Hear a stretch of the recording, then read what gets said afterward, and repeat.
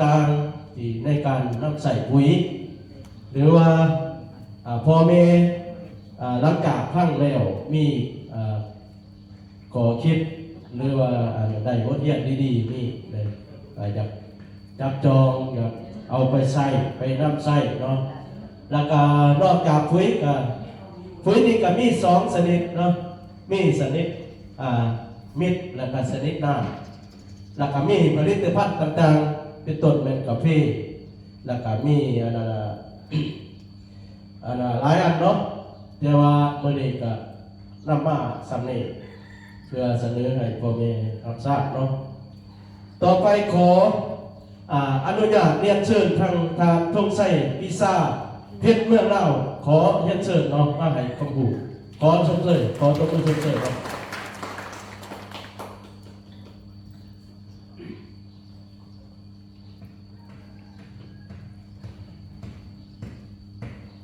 คนหนึ่งครับสบายดีขาดเนาะบัตรกระสานไงนี่เขาอยากเที่ยวมาตลอดแต่ก่อนเนาะเป็น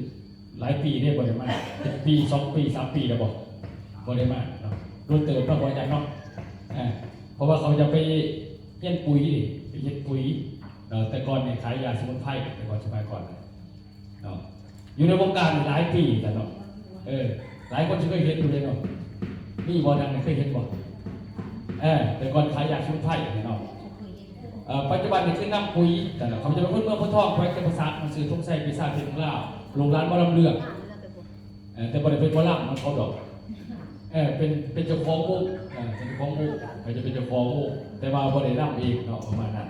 แต่เนาะแสดงวันนี้ก็เลยว่าเอาข้อมูลดังกล่าวแต่เนาะเอามาเพราะว่าเขาเคยขายสมุนไพรไปแต่ละจุดปฏิเวลาเขาหาตัวเทศนะมันยากกว่าไหนเขาบริเป็นคือเขาคือเนาะมันยากกว่าอย่างซะนี่แต่เขาเป็นเขาบอกเป็นมันยากวันนี้เวลาเขาจะลงโฆษณาแฟร์ถึงต้องตามกฎหมายจริงๆขอเอกสารจากภาครัฐระดับแขวงมาเขาไปอยากให้แต่เพื่อส่งเสริมกสิกรรมมาดิเขาจะได้ให้มันสอดคล้องเนาะโดยที่เขาถึงต้องตามกฎหมายเปิดคำเดียวก็เลยไปเฮียนหัวเรื่องปุ๋ยเนาะสารปุ๋ยขึ้นมาต่างๆโดยที่อยู่ไทยอยู่4 ปีเนาะสมัยก่อน4 ปีครับเนาะเอาข้อมูลดังกล่าวมาถ่ายทอดเรื่องเล่าของปุ๋ยปัจจุบันนี้ครับเปิดบริษัทพัชรามานี่3-4 ปีเนาะสำนักงานวิทยานครปากซี่แต่เดินวิทยาบาลแก้วสะพัดนครปากซี่เขาจะเป็นเจ้าของเองเนาะอายุ40 ปีนี้40 ปีถวดเนาะเป็นเจ้าของเองเดินเองอย่างนี้มาเลยเนาะสำนักงานให้อยู่ที่เฟรชิกมอลล์อยู่หลัก2เด้อตึก3 ชั้นตัวนี้นี่คือสำนักงานของบริษัทเท่านี้โลโก้บริษัทต่างๆเนาะตึก3 ชั้นอยู่ห่างสมิธขาปักเซ่อะไรไปหลัก2แต่4เห็นอยู่ทั้งขาน่ะแต่เนาะอันนี้คือสำนักงานเท่า3 ปุ๋ยต่างๆอยู่ที่โซกน้อยนครปักเซ่เนาะอันนี้คือทะเบียนบริษัททะเบียนบริษัทเนาะแล้วก็ดูแลทุกอย่างเนาะอันนี้คือใบอนุญาตขายปุ๋ยเรื่องเล่าเพราะการเกษตรถัดเนาะขายในทั่วประเทศลาว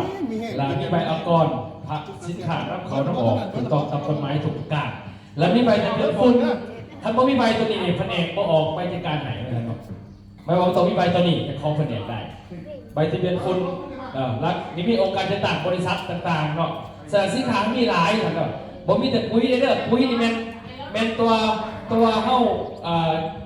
มาให้ผู้หมู่เรื่องของการเกษตรแต่ว่าสินค้าเขามีอยู่เฉพาะสุขภาพเขามีทราบกว่ารายการ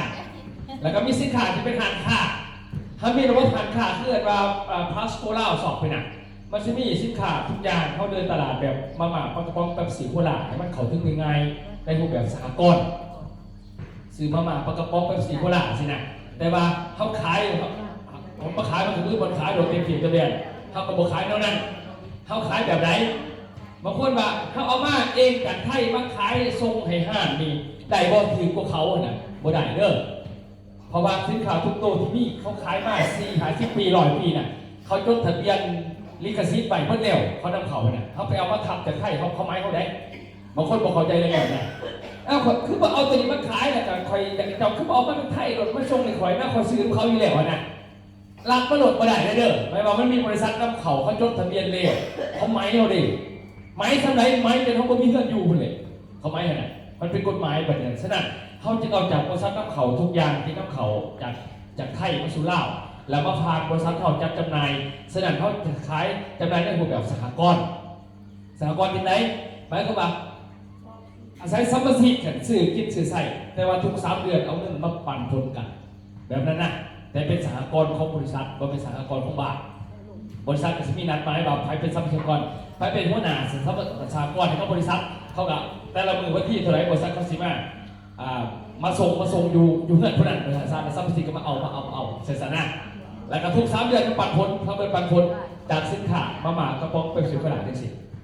เนาะฉะนั้นเขาเดินกระบวนการมานี่ทุกอย่างเขามีหมดเลยกับสินค้าตัวนี้มีหมดเลยอันนี้ผมต้องอธิบายสรรพคุณเนาะหน่วย20,000 30,000ก็เพิ่มได้เรามันหลายผลเพิ่มได้ตัวนี้แล้วเนาะอันนี้คือเขามีระบบหันขาของเขาแบบนี้ในแบบสหกรณ์มีน้ำมีเบียร์มีอย่างเหลือเตะเนาะจักคือเหลือกินเมาทุกกันเราก็เบียร์คือเขาขายอะไรเบียร์ค่ะนี่แหละเนาะสต็อกชัตติ้งมีมัดอันนี้คือบอกตรงนี้คือหันขาเขาโมเดลหันขาเขาตรงนี้เนาะอันนี้คือเขากำลังเคลื่อนเป็นคอไปครับนี่คือบอกซึ่งเรื่องราวของบริษัทมันจะมีกิจกรรมต่างๆเคลื่อนในรูปแบบบริษัทไปอีกแบบนึงอันนี้คือบอกซึ่งว่าภาพรวมบริษัทที่บริษัทมีให้นะเนาะมีหลายอย่างในด้านของพลาสโกล่าแต่วันนี้ทำมาในด้านของปุ๋ยก่อนนะเนาะไม่ว่าปุ๋ยแล้วผู้ได้ซื้อสินค้าที่เป็นปุ๋ยจองปุ๋ยยังเหลวเตะเนาะหายแกงจะพวกว่าคอยซื้อนี่คอยเป็นสมาชิกสหกรณ์เรื่อยๆก็ได้เป็นเดียวตลอดชีวิตเรื่องนั้นก็ซื้อในราคาปานเท่าเนี่ยซื้อกันราคาปานเท่าขาคล้ายกันเลยมาฟ้องกันเลยจังหวะอากาศมาทำนั้นที่เชฟบอกฟังก่อนฉะนั้นเมื่อนี้เขาบอกถึงการถ่ายข้อมูลเรื่องปุ๋ยกันเด้อปุ๋ยนี่เขาจะเรียกมาจากบริษัทอินเตอร์อัลโกเทรดก็คือจากประเทศไทยอยู่4 โรงงานด้วยกันผลิตปุ๋ยเคมีผลิตปุ๋ยอินทรีย์ผลิตปุ๋ยชีวภาพต่างๆแล้วประเทศไทยมีปุ๋ยอยู่100,000 กาโรงงานเดียวเขาผลิตปุ๋ยอยู่100 กาฉะนั้นบางคนบอกปุ๋ยมันคือหลายแต่สักไปสักมาปานเท่ามันทับหลายเลยมันยังน้อยเดียวไปในตลาดเท่าว่าหลายมันทับหลายกันเลยไปขนาดอยู่ห้องงานเดียวเขานั่งอยู่ประตูนี่วัดมือนี่จะได้หาขั้นออกมาสีหนึ่งหาขั้นมาสีหนึ่งเลยหาขั้นรถผมยังไงเขาผลิต100 กาอยู่ห้องงานหนึ่งฉะนั้นกามันคือหลายกาไม้ก็ว่าบริษัทกาไม้ก็ว่าแต่ว่าสูตรปุ๋ยคือพืชมันกินปุ๋ยมันกินปุ๋ยตามสูตรตามอายุส่วงมันบ่ได้กินกามันแม่นบ่แม่บ่ฉะนั้นกาไม่บอกฉันเมื่อน้ำดื่มนี่น้ำดื่มกระไรเนาะน้ำดื่มกระไรเป็นยังไงจะบ่กินกาเดียวเป็นยังไงจักว่าน้ำดื่มมันคืออย่างมันปุ๋ยเขาบ่จักฉะนั้นมื้อนี้คือว่าแสดงเขาบอกว่าปุ๋ยนี่เขาเฮ็ดมาเฮ็ดหยังพืชมันกินหยังจากปุ๋ยเอาข้อมูลไปใส่กันนั่นแหละแสดงว่านี่คือการนำเข้าสินค้าเข้าทุกตัวเนาะเขาไปจัดการเองหมดเลยเดินมาหลายปีผ่านมาครับก็เดินสารตัวนี้มาเจ้าหน้าที่ตรวจสอบทุกกระสอบปุ๋ยเขามาด้วยกันคือในนามของเก้าเกษตรนาโนสื่อปุ๋ยเด้อไปเบิ่งใน YouTube ไปเบิ่งใน Facebook พิมพ์เลยว่าปุ๋ยเก้าเกษตรนาโนมันจะขึ้นมาเบิ่งออกกันทั่วทัศน์เขานะเขาทัดเล่าก็ออกได้เลยนี่ท่านแสดงปุ๋ยเก้าเกษตรนาโนเวลาเขาลงเบียกเขากับมีใบแจ้งการจากแผนกโรงกับแม่ตลอดเมื่อวานนี่ก็อยู่ว่าปีกับของการเกษตรกรรมเรื่องเขาจะไปนำเป็นขอไปสำหรับฉะนั้นวันนี้เอาข้อมูลวิธีการการใส่ปุ๋ยถึงตอบว่าคำใช้ข้อมูลว่าปุ๋ยเคมีเขาใส่จากไหนเด้อปุ๋ยจะจับไม่ใส่แหละ16 กระสุน16 กระสุน16 ไป88 ไป15เขาใส่กันจากไหนให้มันถึงสูตรนี่ตัวนี้ก่อนแล้วก็รู้ว่าเขาใส่อินทรีย์เขาใส่กันจากไหนให้ถึงสูตรยังเขาใส่ปุ๋ยสำหรับไปสักหน่อยแบบว่าพอเห็นสีดีขึ้นเข้ามาต่างๆบ่เป็นปุ๋ยเขาบดีเด้อบ่มีใครลงทุนแต่จะคงจริงมีแต่เข้าของเขาใส่ตามเข้ามาบางคนเขาบอกว่าหายเทคตาร์ใส่ตัวนี้เขาใส่นิดนึงลอกมังกรในบานก็เทคตาร์มันก็บ่ได้แบบยาคินินนั่นเองเขาว่ากินเม็ดนึงเป็นยาถ้ากินเป็นกำหรือตายคอยจะตายถ้ากินเม็ดนึงไม่ให้ตายก็ดีก็จะกินเม็ดนึงก็เป็นยาทันทีอันนั้นเป็นแบบเดียวกันเด้อสาเหตุต้องเข้าใจว่าเขาใส่ที่ไหนท่านเอาคู่พูดนะครับฉะนั้นโอเคมาเบิ่งปุ๋ยเขาก่อนเนาะปุ๋ยของเรานี่เป็นจะไหนเนาะชื่อว่าเก้าเกษตรนาโนทุกท่านเนาะเน้นแก้ไขปัญหาเกี่ยวกับดินเกี่ยวกับโครงสร้างของดินแล้วก็เป็นปุ๋ยแก้ปัญหาคนนึงก็คือแก้ไขปัญหาเรื่องราวของพ่อแม่ผู้ส่งสื่อปุ๋ยหลายสูตรมันเปลืองเพราะมันเปลืองแล้วเขาใช้ได้ไขประหยัดต้นทุนลงฉะนั้นของเราจึงเป็นปุ๋ยร่วมสูตรก็คือเอามาใส่กันเนาะเป็นมีปุ๋ยห่างปุ๋ยต้นปุ๋ยใบปุ๋ยเขียวปุ๋ยดอกปุ๋ยหมาพ้นบำรุงพร้อมปรับปรุงดินอยู่ในกระสอบเดียวประหยัดยัดลงมาเนาะอันนี้คือของเขาเป็นนั่นย่อลงมาท่านนั่นหายใส่50 กิโลกรัมเนาะกระสอบชีฟ้าเนาะ กระสอบสีส้มที่ยังมันหลายบริษัทเห็นไหนเขาไปเห็นเห็นสีฟ้าสีน้ำเงินเกิดดึงเงินดึงทองเลยเขามีเหตุผลของมันเน้นปรับโครงสร้างดินท่านลงดินไปแล้วฉีดขึ้นกลับขึ้นมาให้ดินหลวดซุยนี่คือหลักการของปุ๋ยเขาทำงานแบบนั้นนะซะแล้วก็ปุ๋ยนะเนาะบางคนคือบอกนะปุ๋ยมันขึ้นหลายกาแท้ปุ๋ยเขาประกาศเบื้องหน้าไม่เลยน้ำดื่มมันยังมีหลายกาแล้วก็บ่มีผู้ใดกินน้ำกาเดียวบ่มีเขากินหลายกาเปลี่ยนเขาจัดมันทั้งในมันคืออย่างเขาจะกินปุ๋ยคือกันคือมันก็มีหลายกาของมันเราก็ยังมีหลายกาเนาะเราขาวก็มีหลายกาแต่ว่าพันดังเพราะว่าเราต้องคุกเนาะเราขาวต้องคุกมันตัวอื่นคือมาพอดังกับเมาคือกันไม่บอกเป็นอย่างย้อนเขาโฆษณาเนี่ยนะเขาโฆษณามันเขาหูปุ๋ยกายืนมันเขาหูจากสายเขาฟังจากโทรทัศน์จากวิทยุฟังกูมือมันกระจื้อมวยก็เห็นหนังก็เห็นนี่ก็เห็นกระจื้อเขาได้การนั่นก็เห็นปุ๋ยมันก็เลยจื้อถึงครับคือว่าภาษาการตลาดก็แบบ awareness marketing นี่เขาซิงเข้าทั้งสมองเหมือนเหล่าเหมือนกันว่ะเราอื่นก็บอกมันปุ๋ยมันกันหันปุ๋ยกาด้วยกาปอกกาปลากายังปุ๋ยเต็มปุ๋ย46%ยังบ่มีแต่การต่างๆมันก็มีการอื่นแต่ว่าสูตรมันดีเหมือนกันเว้ยครับปุ๋ยในโลกมีทั้งหมดอยู่6 กลุ่มในหน้าบ้านเข้าใจกันว่าปุ๋ยถ้าให้พืชกินคือปุ๋ยเข้าใจนะ6 กลุ่มจากไหนปุ๋ยเกิดขึ้นก็ในโลกประเด็นกันว่าปุ๋ยอินทรีย์สมัยก่อนแต่จากปุ๋ยมักปุ๋ยขอกปุ้นซักสากพืชสากซัดสากน้ำตาลสากอ้อยพอแม่บ้านเอาสารกันมามักกันเห็ดปุ๋ยลงหน้าสมัยก่อนนั่นแหละเนาะมันเกิดถาด NPK ตามธรรมชาติต่อมาขี้ขาดความทันใจเนาะก็คือว่ามีผักรันไปเฮี้ยนมากจากการเห็นซีบอผับน้ำเกิดว่าปุ๋ย EM เอา EM มากเป็นปุ๋ยน้ำที่มันเม้นเป็นสีแต่นะกับพี่พอไว้หวานเอาต้นนี้กับขี้ขาดต้นนี้กับอยากใส่ก็เลยว่ายุกไม่เกิดขึ้นมากได้เอาปุ๋ยเม็ดก็คือเราปุ๋ยเคมีมันจะเป็นสูตรครับเป็นสูตรขาดกระสอบเนี่ยเคยเอาปุ๋ยเคมีเป็นกระสอบขึ้นมาเขียนถ้าขาดจะเป็น15 16 20 46 16 88 18 88หรือ21 0แล้วแต่เกิดว่าปุ๋ยเคมีนะครับเรื่องนี่มันเกิดขึ้นจาก3 กลุ่มนี่ครับหลังจากนั้นแล้วเนาะบัดนี้มันก็มี3 กลุ่มนี่ลงเพื่อเสริมเมื่ออาหารไม่มีในดินบัดยุคมันหลายปี40 ปี50 ปีได้ดินมาเบิดอาหารเขาต้องเติมอาหารเข้ามามันต้องมีสารปรับปรุงดินเขาเรียกว่าปุ๋ยสารปรับปรุงดินก็มีพวกนี้ได้จากพวกได้โลมไม้พวกซีโอไลท์พวกปูนม้าปูนขาวมันก็มีอีกกลุ่มของมันและกลุ่มต่อมาคือมาถาดอาหารห้องอาหารเสริมเฮ็ดแทนพืชหมากจับดอกจับดินดีต่างๆมันก็มีพวกถาดต่างๆและล่าสุดมีปุ๋ยหน้านี่คือแบบฮอร์โมนพืชกำเนิดต้นกำเนิดมาจากประเทศอิสราเอลประเทศทะเลทรายแต่ว่าบ้านเขาเป็นเบอร์ 1ของกสิกรรมโลกคนเก่งๆจากกสิกรรมไทยลาวพลังประเทศไปเยี่ยมจากอิสราเอลเขาผลิตเมล็ดพันธุ์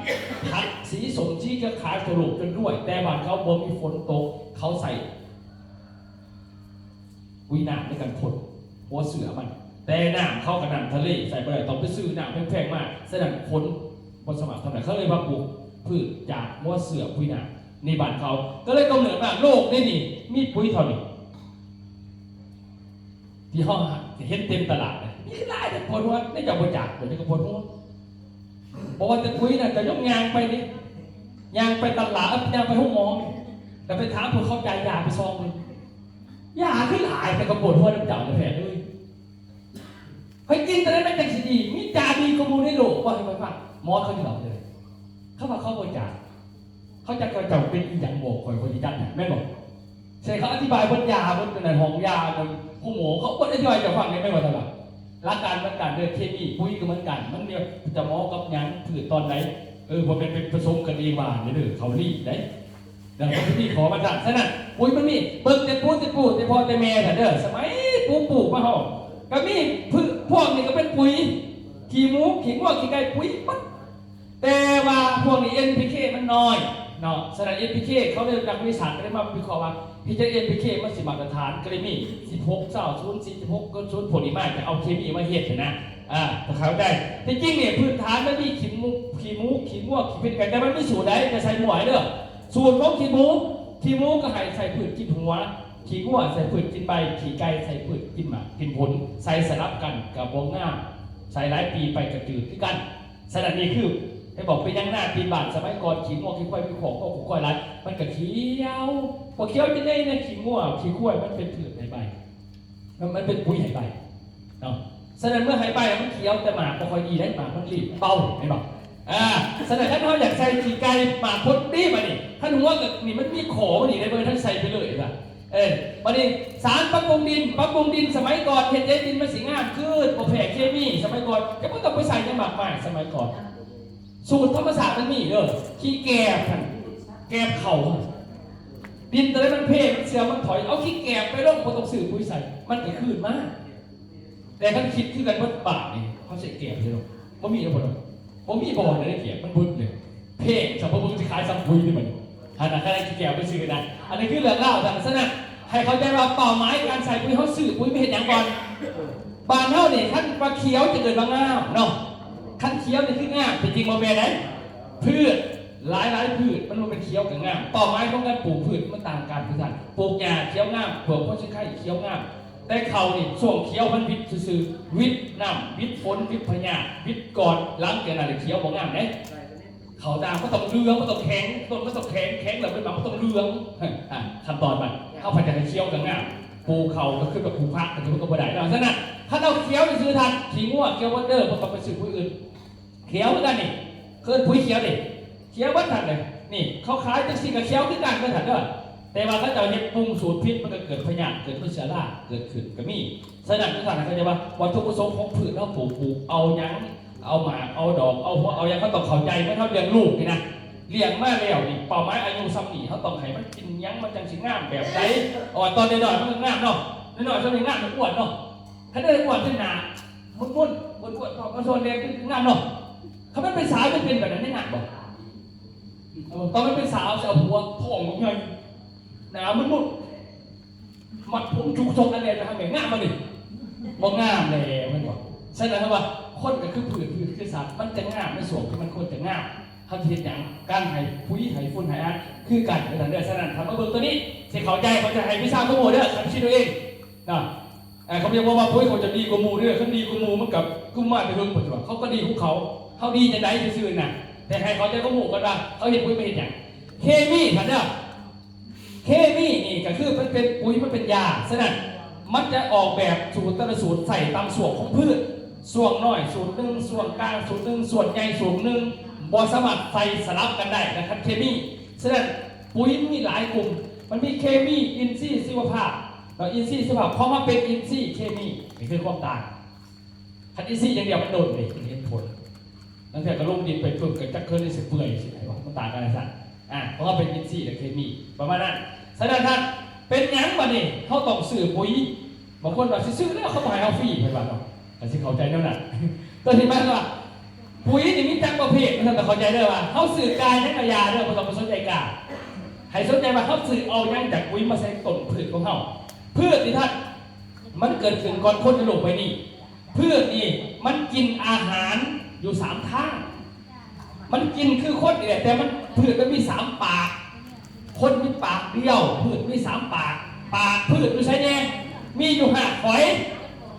มีอยู่ทั้งใบมีลำต้นปากมันมีอยู่5ฝอยมีทั้งใบมีลำต้นยังไงเพราะว่าพืชต้องกินอาหาร3ทาง1กินทั้ง5ฝอยมันกินจากดินเนี่ยอาหารต่างๆถัดเล็กสังกะสีเชื่อเซนไม่เป็นเสี่ยงโอหลอกโอรอนต่างๆได้ดินดูดเขามากเพื่อให้มันสังเคราะห์หมากพ้นแต่ดีขึ้นมากบัดนี้เขาใส่ปุ๋ยเม็ดเป็นใส่ทั้ง5ฝอยกับเพื่ออย่างเพื่อมันดูดกินทั้งนั้นเขาผัดเชยเลยกินตั้งหากนี่นะบัดทั้งใบเนี่ยเด้อเป็นยังทั้งใบก็แบบแสงแดดจะเป็นปุ๋ยน้ำฝนจะเป็นปุ๋ยฉะนั้นพืชมันจะกินทั้งใบดีกว่าทั้ง10 เท่าเห็นบอกจะพดหน้ามันพดปีอยู่ข้างล่างพอเท่าฝนตกผ่าไปเลยพึ่งมันบอกใบมันจะแตกต่างกันใช่ป่ะนี่คือความต่างพอมันจะกินทั้งใบทั้งลำดีกว่าทั้ง10 เท่าไวขนาดนั้นนะฉะนั้นตัวนี้ให้เข้าใจส่วนปุ๋ยนะปกตินี่สมัยผมมีปุ๋ยเคมีผมมีปุ๋ยวิทยาศาสตร์มันก็กินอาหารของมันอยู่แล้วเด้อมันไม่ใช่นางฐานกินปุ๋ยนะพืชอ่ะนี่พืชนี่ต้นอันนี้มันมากกว่าท้องมีปุ๋ยนี่มันเกิดก่อนท้องมีปุ๋ยเลยเนาะมาบาดกระสาเนาะพวกนี้นะตอนมันยังหน่อยบนนี้มีปุ๋ยไหน มันก็ใหญ่จนบอกคู่มือที่เขาบอกขึ้นว่ามันมีปุ๋ยมันใหญ่หรอกมันใหญ่เดี๋ยวดิมันใหญ่ก่อนจะสื่อปุ๋ยมันต้องเกิดเล่าแต่มันมามันใหญ่แล้วดิมันกินอาหารอยู่ใช่มันกินอยู่3 ท่ายังไงเด้อมันกินทั้งหามันกินทั้งใบเนี่ยคือเอาน้ำลงไปแล้วกินทั้งแสงแดดมันทั้งของธรรมชาติเองมันแต่ว่าปุ๋ยนี่มันเกิดมาทำลายปุ๋ยเคมีเกิดมายาพืชเขาจะเสียเรื่องความเป็นอาหารนั้นเป็นยาพืชเขาจะอีกคนนึงมาพืชมันยังไม่ต้องกินปุ๋ยนี่นะต้นไม้หรือว่าพืชกับคนนี่คือกันจะไหนเป็นสิ่งที่มีชีวิตคือกันสิ่งที่มีชีวิตต้องการอยู่4 อย่างขาด4 อย่างนี่ตาย 1. ต้องการอากาศ 2. ต้องการน้ำ 3. ต้องการอาหาร 4. ต้องการยาคนนี่บ่มีอากาศตายพืชก็คือกันคนบ่มีน้ำตายพืชก็คือกันคนบ่ได้กินอาหารนี่ตายพืชก็คือกันเวลาป่วยเวลาอยากสัตว์อยากบำรุงคนบ่มียาตายพืชก็คือกันบาดนี้คนหูจักว่าอากาศที่ไปหาอยู่ใส่มันบ่มียางหาบ่มีน้ำยางหาใส่คนอื่นหามาให้ได้บ่มีอาหารก็หากินได้ยาปัดพืชมันหาเองบ่ได้เห็นบ่มันขาดฤดูกาลมันขาดคนที่มีความรู้ที่ให้มันฉะนั้นคนเราบ่จักว่าอาหารพืชเป็นหยังจักแต่ว่าใส่ปุ๋ยไงล่ะปุ๋ยมันยาเล่งมันพิษปุ๋ยเคมีเข้าใจที่สิ่งก่อนครับถึงข้อนี้ฉะนั้นเพราะบางอัตราที่มันกินอาหารในดิน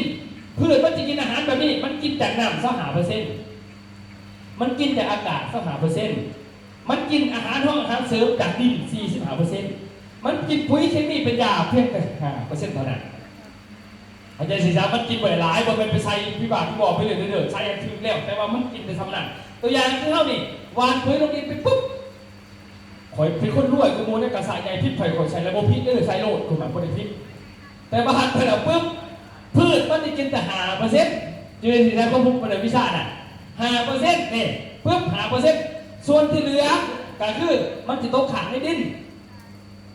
แล้วกระถางมันเกินไปต้นพืชมันจะกินทั้งหากมันถ่ายออกทั้งใบเวลามันถ่ายนะมันถ่ายมันพืชเองกลางเว้นมันจะปลดปล่อยก๊าซคาร์บอนออกซิเจนกลางคืนมันปลดปล่อยก๊าซคาร์บอนนี้แล้วเพื่อไล่พิษออกคือคนเนี่ยคนที่มันหายใจเขาแล้วก็ออกต้นเข่าไปปุ๊บเอาออกซิเจนเข่าต้นออกไปปุ๊บเอาพิษออกมาเข้ามาเห็นนะใช่ไหมเพื่อนก็ออกพิษมากเหมือนคนเอาพิษเข่าเป็นพยาธิต่อพืชมันหายใจจังสิกลางเว้น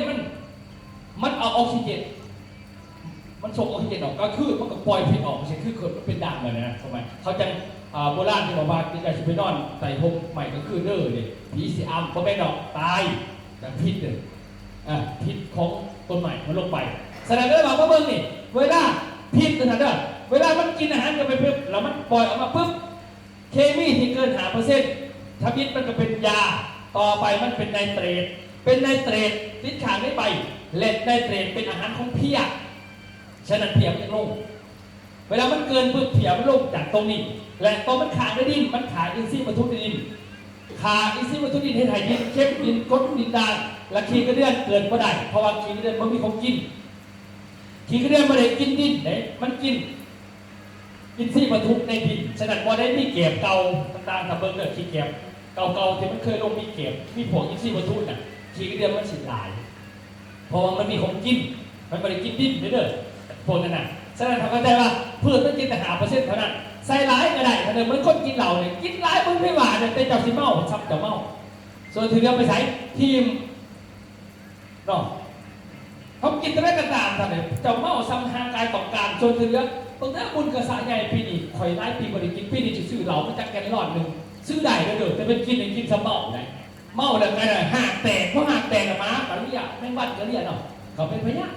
คือการกระผืนปัดกับใส่ร้ายกับยามันจะกินแต่ซ้ำเป็นยา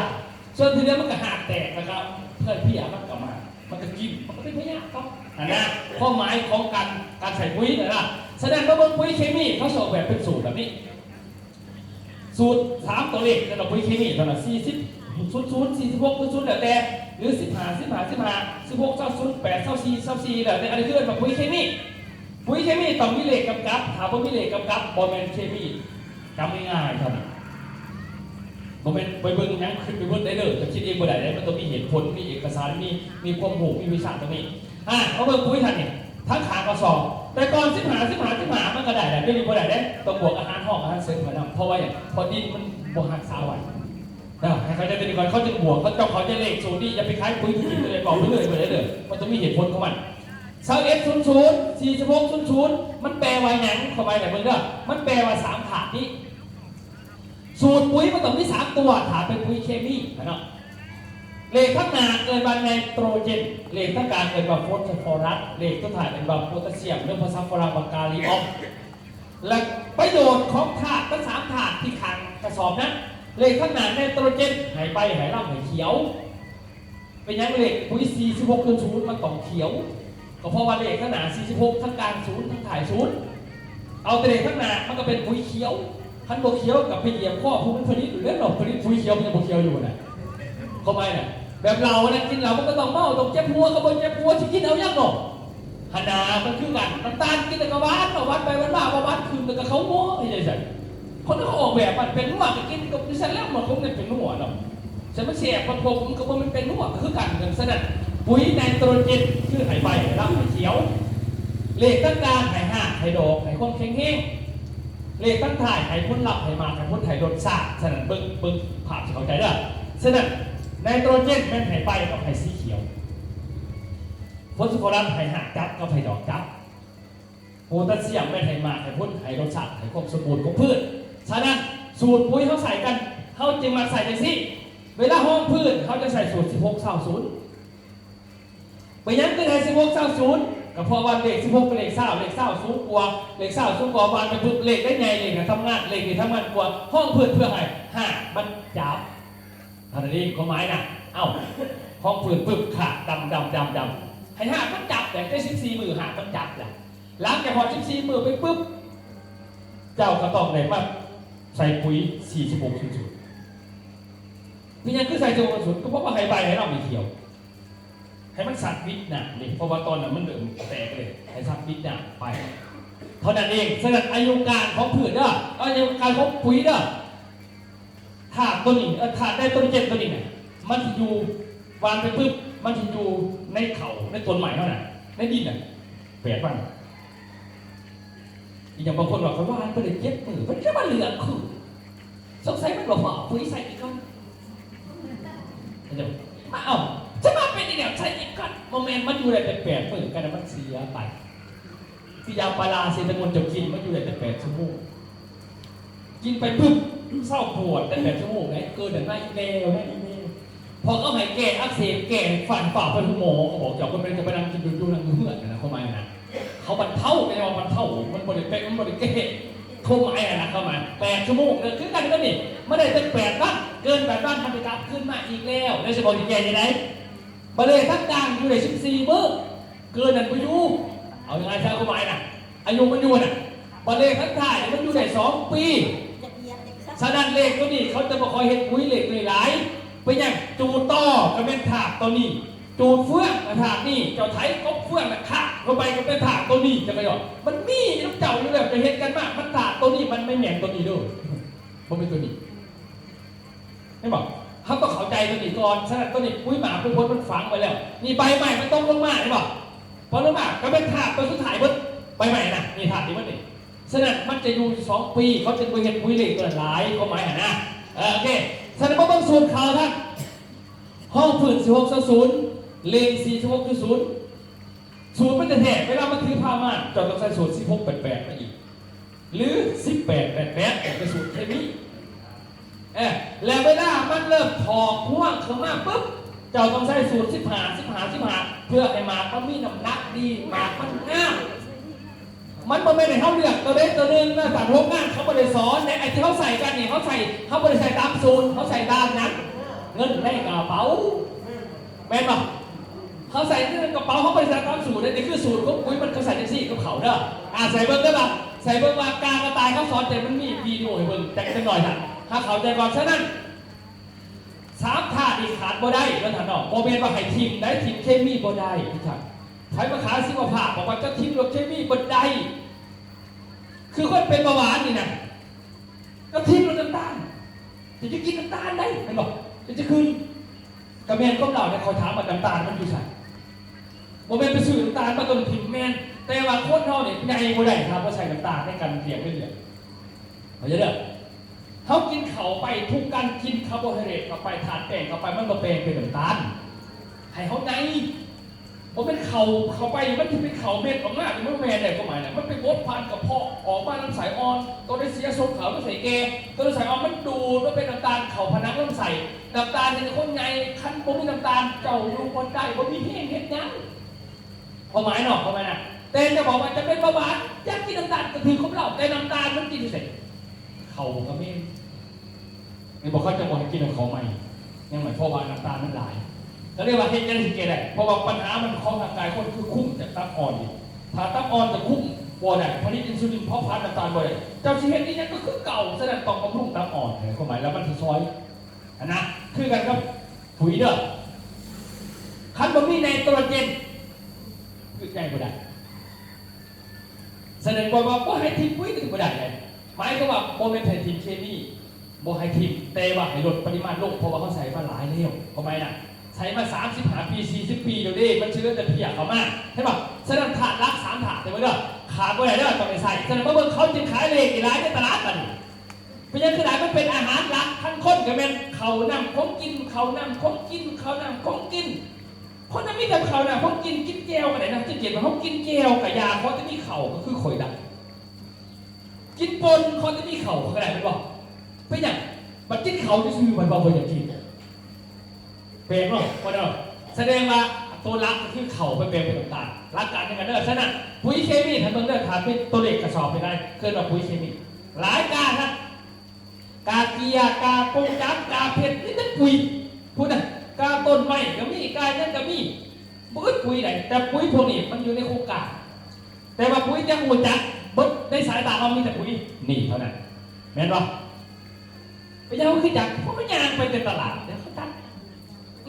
บางพวกนี้เขาไม่ได้เห็นเลยเด้อพวกนี้เขาขอโครงการบางพวกโครงการนี่เขาเฮี้ยนจบมากเขาจะเป็นเจ้าของโครงการมันเขาไปจับเฮี้ยนจบมากแต่ว่าเป็นเจ้าของปุ๋ยเขาจะรู้สึกว่าเขาใจเร็วจะฟังเจ้าของปุ๋ยบอกเขาเฮี้ยนเอาวิชาการที่ไหนมันจะไปซื้อตัวนี้ในตลาดมันไม่เคยแน่ถามตรงว่าไปจับไปเบิ่งเฮี้ยนจบปุ๋ยจะมาขายปุ๋ยตัวนี้มีบอกว่าเฮี้ยนจบมาก่อนดื้อจบปุ๋ยจากโครงการขั้นเต้นจะมาขายปุ๋ยมีบอกแบบนี้เขาไม่เขาเอาเงินเท่าไหร่พอเอาเงินเท่าเนี่ยเขาก็ไม่ได้จักคุยอีกเขาว่าเมย์ยังไงคุยยังบอกลูกเลยลูกที่ล่าก็ให้ดาวก็ได้ดิเจ้าเองจัดในกันเองเนี่ยเจ้าก็ได้เป็นวิชาการการเกษตรมาจัดเดี๋ยวไม่บอกเนี่ยให้เข้าใจได้ไม่เป็นจังสันเลยจ้ะเขาไม่ได้พูดเลยเขาไม่ได้จ่าเขาวายยังกวาไปนะใช่ป่ะสนั่นนี่คือความต่างกับปุ๋ยพวกนี้นี่เขารวยทุกคนแต่เขาไม่ได้มาขายในตลาดเพราะว่ามันเป็นของโครงการเขาตัวอย่างโครงการสตรอเบอรี่พันไร่เป็นของเขาบอกเอาออกข้างนอกโครงการยางพาราแสนไหลเขาก็เอาไปของเขาไม่ได้เอาข้างนอกเลยแต่อันนี้มันเนี่ยมันดีของเขาแต่จะวันนี้อย่างมากดีผมมีพนักงานที่สอบเขาอยู่ในวันดีคุณจักแต่มาเขาเคยใส่ดีเขาก็เลยสื่อกันไปซื้อผมมีไปสอนอยู่เลยผู้ขายกับโบจักอีกนะผู้ซื้อกับจักกันเองผู้ขายกับโบจักน้ำกันพิจารณาผู้ที่ไหนที่กวางมือไม่บอกเขาเอามาให้เจ้าดาวเขาเอาสินค้าไปตรงพานเรื่องนั้นก็ได้คุ้มเครื่องไม่หมดอ่ะเนี่ยเห็นยังไงเสนอของร้านเนี่ยพันนาบริษัทสนับสนุนเราก็จะว่ามาเบิ้งจุดกำเนิดของปุ๋ยเหมือนเดิมมันมาพอเราจะมีเท่ากับบริจาคอีก30 ปีหลังกับปุ๋ยการหัวคนไทยมาความ16 ในการคนไทยมาตะบิดกับบริจาคใส่บริจาคยังกสิกรรมกับระดมจนปากที่ซีเนาะใส่เด้อเดี๋ยวนี้ระดมถึงเศร้าเลยเป็นก้อนระดมไม่ใช่เป็นไงพ่อเจ้าใส่ตะกี้กระเจงปุ๋ยเป็นหลอกเป็นโลกไปใส่ก้อนชื่อนั่นเด้อกดของปุ๋ยเคมีถ้าเขาใส่อันเก่าปี 1 ปี 2 ปี 3ผ่อนปีที่ 3ปุ๊บมันจะมีการเปลี่ยนแปลงปั๊บก็คือ1มันจะบริเวณมาตรฐานที่เก่าพอเป็นปุ๋ยเขาบริเวณมันจะขาดินลงขาอินทรีย์วัตถุในดินมันก็ขามันขายอินทรีย์วัตถุในดินที่มันพืชต่อการคือดินนี่อินทรีย์วัตถุไอ้ที่เคมีไปขามันบริขาดินมันขาอินทรีย์วัตถุบริษัทซะเอาไงซะอินทรีย์วัตถุมันตายมันเสื่อมมันถอยแต่มันเป็นอาหารเนี่ยก็ผีกระเดือนเนี่ยก็พืชน่ะไอ้ที่ดินซื่อๆนี่นะมันกระยักนั่นแหละเข้ามาเนี่ยนะอินทรีย์วัตถุเสื่อมพอมันเสื่อมไปปุ๊บแล้วมานี่กดลงไปถูก3 ปีเจ้าทองเนี่ยเพิ่มจำนวนจากเคยใส่กระสอบ1เป็น2จากเคยใส่2เป็น4มันจะขึ้นแบบนี้แต่ถ้าเจ้าว่าเพิ่มแบบนี้จะก็ต้องเปลี่ยนสูตรใส่หรือเพิ่มสูตรเข้ามาฉะนั้นเขาใส่16 1 ปี2 ปี 3 ปีเขาจะมีปุ๋ย46 การนี่มากหลังจากมันมา2 อันปุ๊บเขากระโดดมา ตัวนี้ห้องพื้นเดิมตัวนี้เล็กเขาก็มาใส่คู่กันนะบัดนี้ห้องพื้นเล็กคู่กันปี 1 ปี 2ก่อนปี 3ปุ๊บเปลี่ยนอีกบ่เปลี่ยนก็เพิ่มเข้ามาอีกบัดนี้ให้จะเปลี่ยนจะลืมเด้จะบ่เปลี่ยนบัดนี้ต้นได้หากได้ไปได้บัดนี้เวลามันถือผ้ามาดบัดนี้มันหมาดมันบ่หลายก็เลยมีปุ๋ย16 88นี่มาเส้นทางมันน่ะพอ16 88มาปั๊บแล้วตัวนี้ขายดีบำรุงถือผ้าม่านเขาม่านแต่ก็ม่านมันดีนะมันคักมันคมมันใหญ่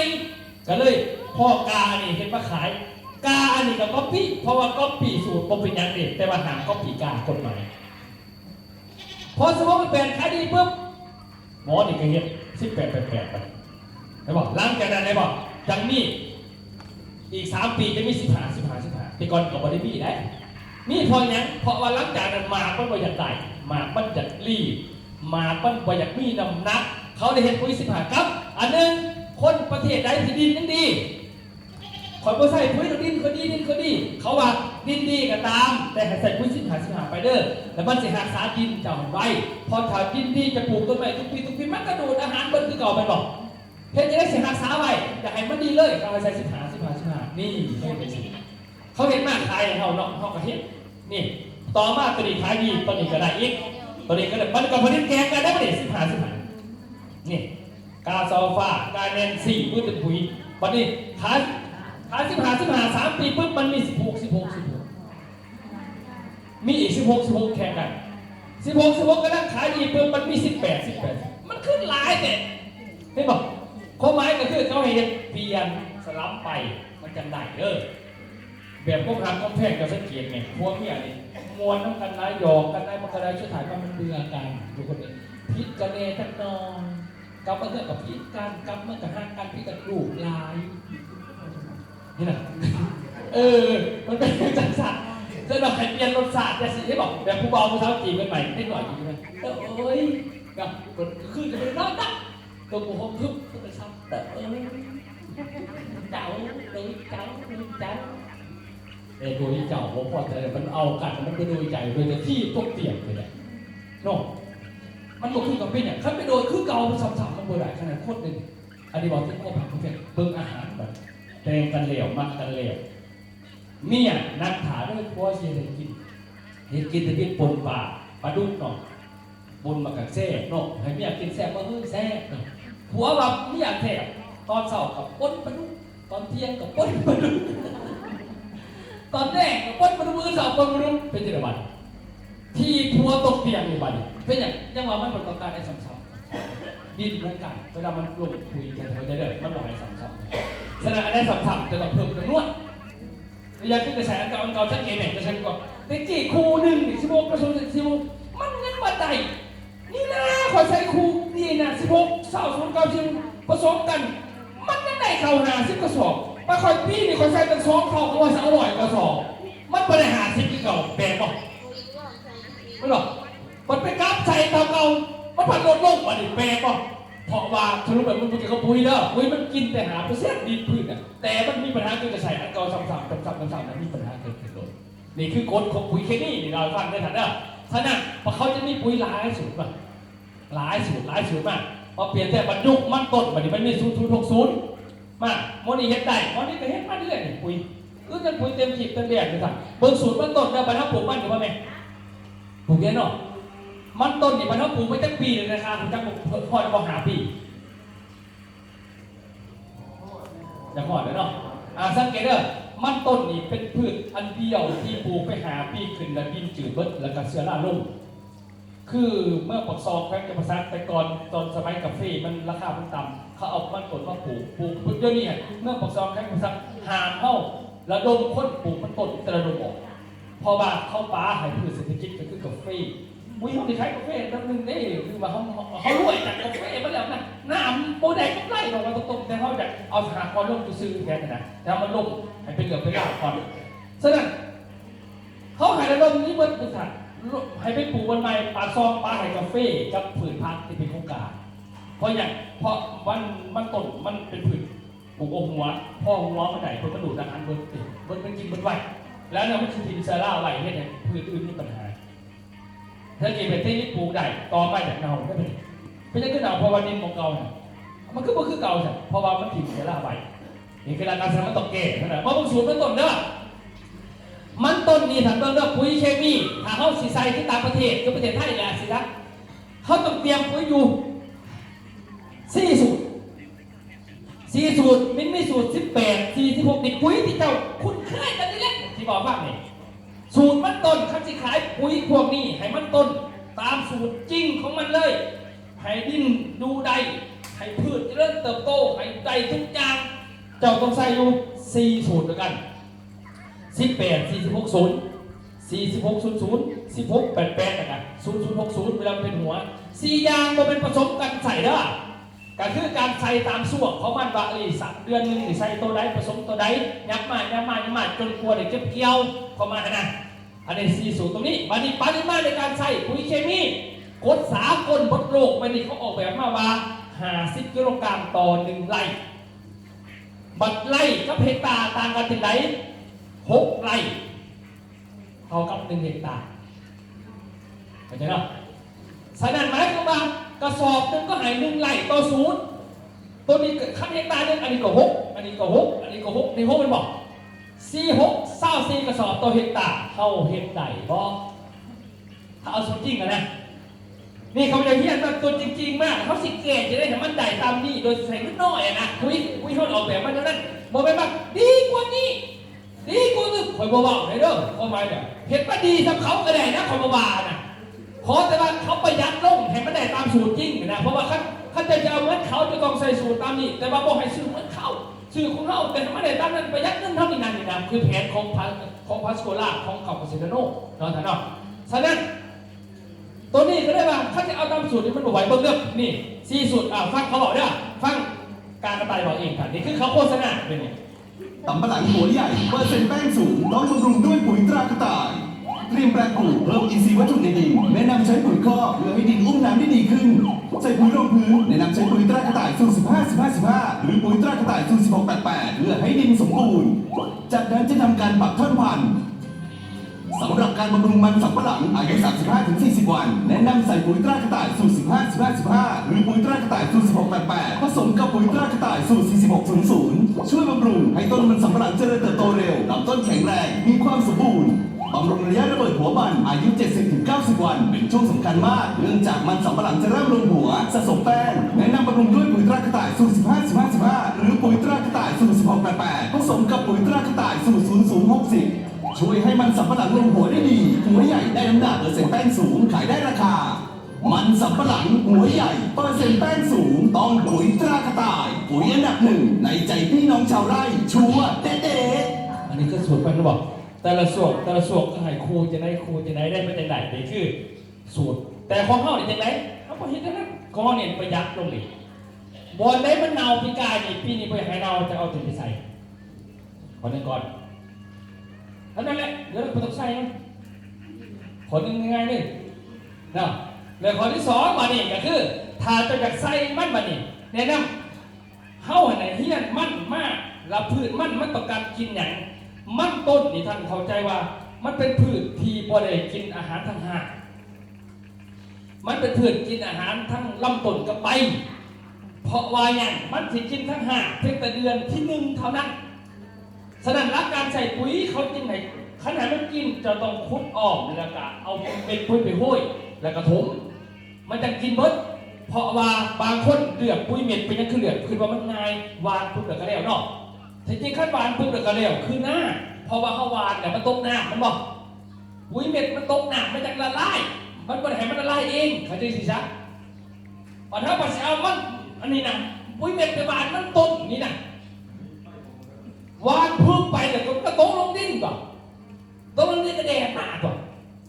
แดดหน้ามันจะหอดพอสมองมันก็คืออากาศบริสุทธิ์จะเป็นวานปุ๋ยทิพย์อันนั้นมันจะก็ต้องเอาปุ๋ยเคมีไปบ้านเราเนี่ยเดี๋ยวเฮ้ยคือรถมันเป็นลงดินเลยนี่ขอนึงฉะนั้นท่านเบิ่งได้ว่าเป็นอย่างเขาจะเห็นปุ๋ยหนามากปุ๋ยหนามคือท่านจะปลูกมันต้นนี่ปุ๋ยหนามมันจะได้ผล100%จำได้เพราะเอาอย่างไรเบิ่งนี่ต้นไม้พวกนี้เนี่ยลำต้นกับใบมันนี่เพื่อพืชในโลกไปนี่พืชที่ทนแดดทนฝนทนทุกสภาวะคือมันต้นตัวอื่นตายมันวัวตายพวกเนี่ยมันทนฉะนั้นคอมันมีการกินอาหาร ใบมันหนาๆกินอาหารกินจากแสงแดดกินจากฉะนั้นปุ๋ยหนาไม่ทันพิระบาลไปปุ๊บมันจับปั๊บทุกอันเนี่ยไม่ต้องเอาผลเนี่ยมันได้ผลไวตัวปุ๋ยเม็ดขอเด็กแล้วก็ประหยัดพอมีแต่เขาดูจักหน่อยก็คือกันเนี่ยเอาฟอยไปน่ะคือว่าเราคนเราดูมันก็ได้ดีเนาะคนดูมันก็ดีอย่างเช่นเขาสอนดูกันนั่นแหละเนาะพี่นามันดูเด้อจ้ะไม่ยังได้ผัวเนี่ยแต่เขายังสอนกันบางครั้งมันดูเด้อจะได้เมียแต่ตอนเขายังสอนกันมันทำมันขี้ขาดมันเสียเบียดมันต้องคือเลยนะมันต้องรู้อย่างดีถ้าเราอยากได้เสียเงินหลายเขาก็ต้องรู้ดอกสื่อผู้พิวานทีมถ้าเราสิดูก็ต้องเสียเงินน้อยเอาแห้งก็พอเองแต่วันนี้ที่คือเอาปุ๋ยหนักดีกว่าตัวนี้เป็นหัวเสือปุ๋ยถัดนี่ตัวนี้นะตัวนี้หัวเสือปุ๋ยตัวนี้เอาซีเพราะเราเป็นเซน1 ฟุ้ยก็เอาตัดน้ำมันคือ1หรือว่า15 เซนติเมตรก็ได้ไปเซ30 นาทีเอาไปปักในที่นี่หมายความว่าอย่างลิตรของตัวนี้ก็คือ1เข่าก็ได้เข่าก็ได้ยังก็ได้เอาไปเซได้มันสิเห็นแต่มันแตกออกนะครับสำคัญคือตัวหากมันแตกนี่มันสำคัญปันไหนสำคัญตรงที่ว่ามันสามารถเป็นยาเคลือบป้องกันแมงไงป้องกันปวดป้องกันเชื้อราต่างๆใช่ปะบ่ให้เชื้อรามันโรคเพื่ออย่างเพื่อบ่ให้มันมีผลต่อมากขึ้นโรคพยาธิที่มันจะเข่าตัวนี้เวลามันใหญ่ตัวนี้คือตัวนี้มันเป็นยาตัวนั้นเลยค่ะสาวบอกว่าแตกก็ซื้อได้ถ้าได้ตลาดถือก็ไม่แตกก็ซื้อของเขาบอกได้มันแตกมันไปเคลือบป้องกันอีกตัวนึงไปอย่างซะพอเขาเสียปุ๋ยเขากับเป็นเขากับไปเอามาบนเราบนซิมาบนกระขายเนาะแต่ว่าเขากระจัดแต่ว่าเขาเห็นอะไรนี่ไหนนี่เนาะฉะนั้นมันจะป้องกันหมายว่ามันเน่าถ้าเขาเสียก่อนแล้ววันนี้อันตัวเก่านี่แหละวันนี้ตัวเก่าเนี่ยหลังจากที่มันในเดือนมันจะกินมันจะเป็นหักเต็มเดือนเดือนที่2ไปหักมันจะเป็นหัวพอเป็นหัวแล้วมันบอกกินทั้งดินมันกินทั้งอากาศไหลลงมันกินทั้งดินไหลลงหัวกินทั้งไหลลงหัวเห็นหัวมันใหญ่มันไม่ได้กินทั้งดินเพราะว่ามันเป็นหัวเขาจะสีสันมันเป็นหักเขาไม่นะนี่ฉะนั้นลำต้นมันจะเป็นลำต้นเป็นคอเพราะอาศัยคอดูดช่วยกันไปดูดช่วยกันเพื่อมันลงหัวอันนี้คือความจริงของพืชนะเพราะคือต้นไม้สีไหนต้นไม้เป็นสีเนี่ยดูทางล่างถึงทึกเพราะว่ามันหามันหอดบาดาลเนี่ยมันไปกินสารอาหารจากบาดาลฐานเล็กชั้นกระซิบโมโลกรอนมันกินยาไปเวิร์ดขึ้นไปแต่คำว่าต้นมันไปลงมาเพื่อเพราะมันใหญ่ขั้นต้นไม่กินหมาคือทึกมันเป็นไปหลายจะสานาความหมายก็ฉะนั้นเวลามาได้เดือนปุ๊บเอาตัวนี้ไปพ่น5 ซีต่อน้ำ20 ลิตรนี่แหละหรือ18 ลิตรก็ได้เปนึงค่ะส่วนแล้วกับ18 น้ำ20ใช่ครับเพราะนั้นเอาไปพ่นบางๆยางโลกในรัศมี50 ถึงเป็นปัญหากินเองมันเป็นนาโนหมายความว่ามันสามารถดูดซึมกินเองเทคโนโลยีมันนะฉะนั้นนี่มันจะไหวมันจะดูดซึมขึ้นไปเอาฟอยล์ยังสิพ่อพอต้องจุดได้ยางพันสิเลยไม่เดินเรื่องอะไรพวกนี้ที่น่าเห็นทุกคนขี้ขาดนะเห็นไหมสวนให้ขี้ขาดดีกว่าสินะให้เป็นขี้ขาดเลยนะไปเรื่อยสินะไอ้สัตว์เอาเด้อนี่ตัวนี้เนี่ยเพราะว่ามันต้นเดือนที่2มันหัวมันจะเป็นอย่างนี้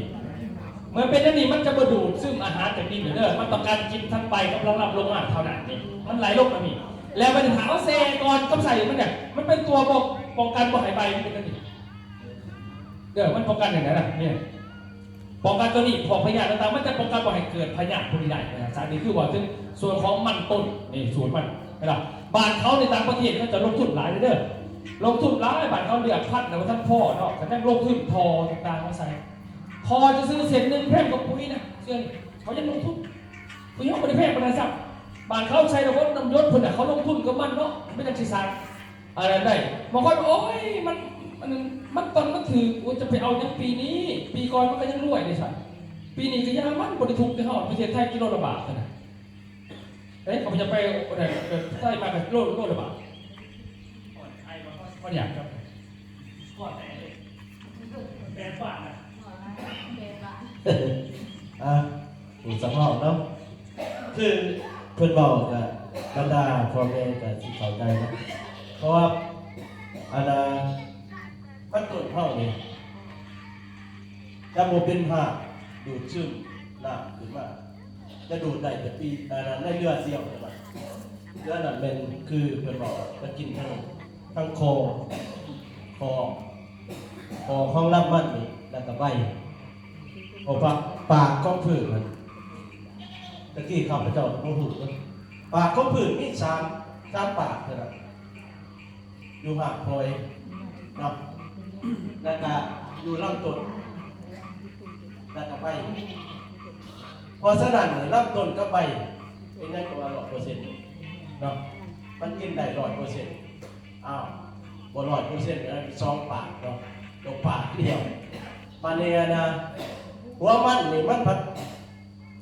แม่นมันสิหักใส่เป็นหากคือข้อใหม่เฮานี่ไหนมันเป็นหัวก็มันเพิ่นเอาตัวนี้ไปแซ่นี่ละไม้ก็ว่าให้มันเป็นหากลายแล้วก็ป้องกันเสื้อราต่างๆอย่างนั้นนะเนาะเพราะว่าหลังจากนั้นเพิ่นก็เอาไปฉีดเติม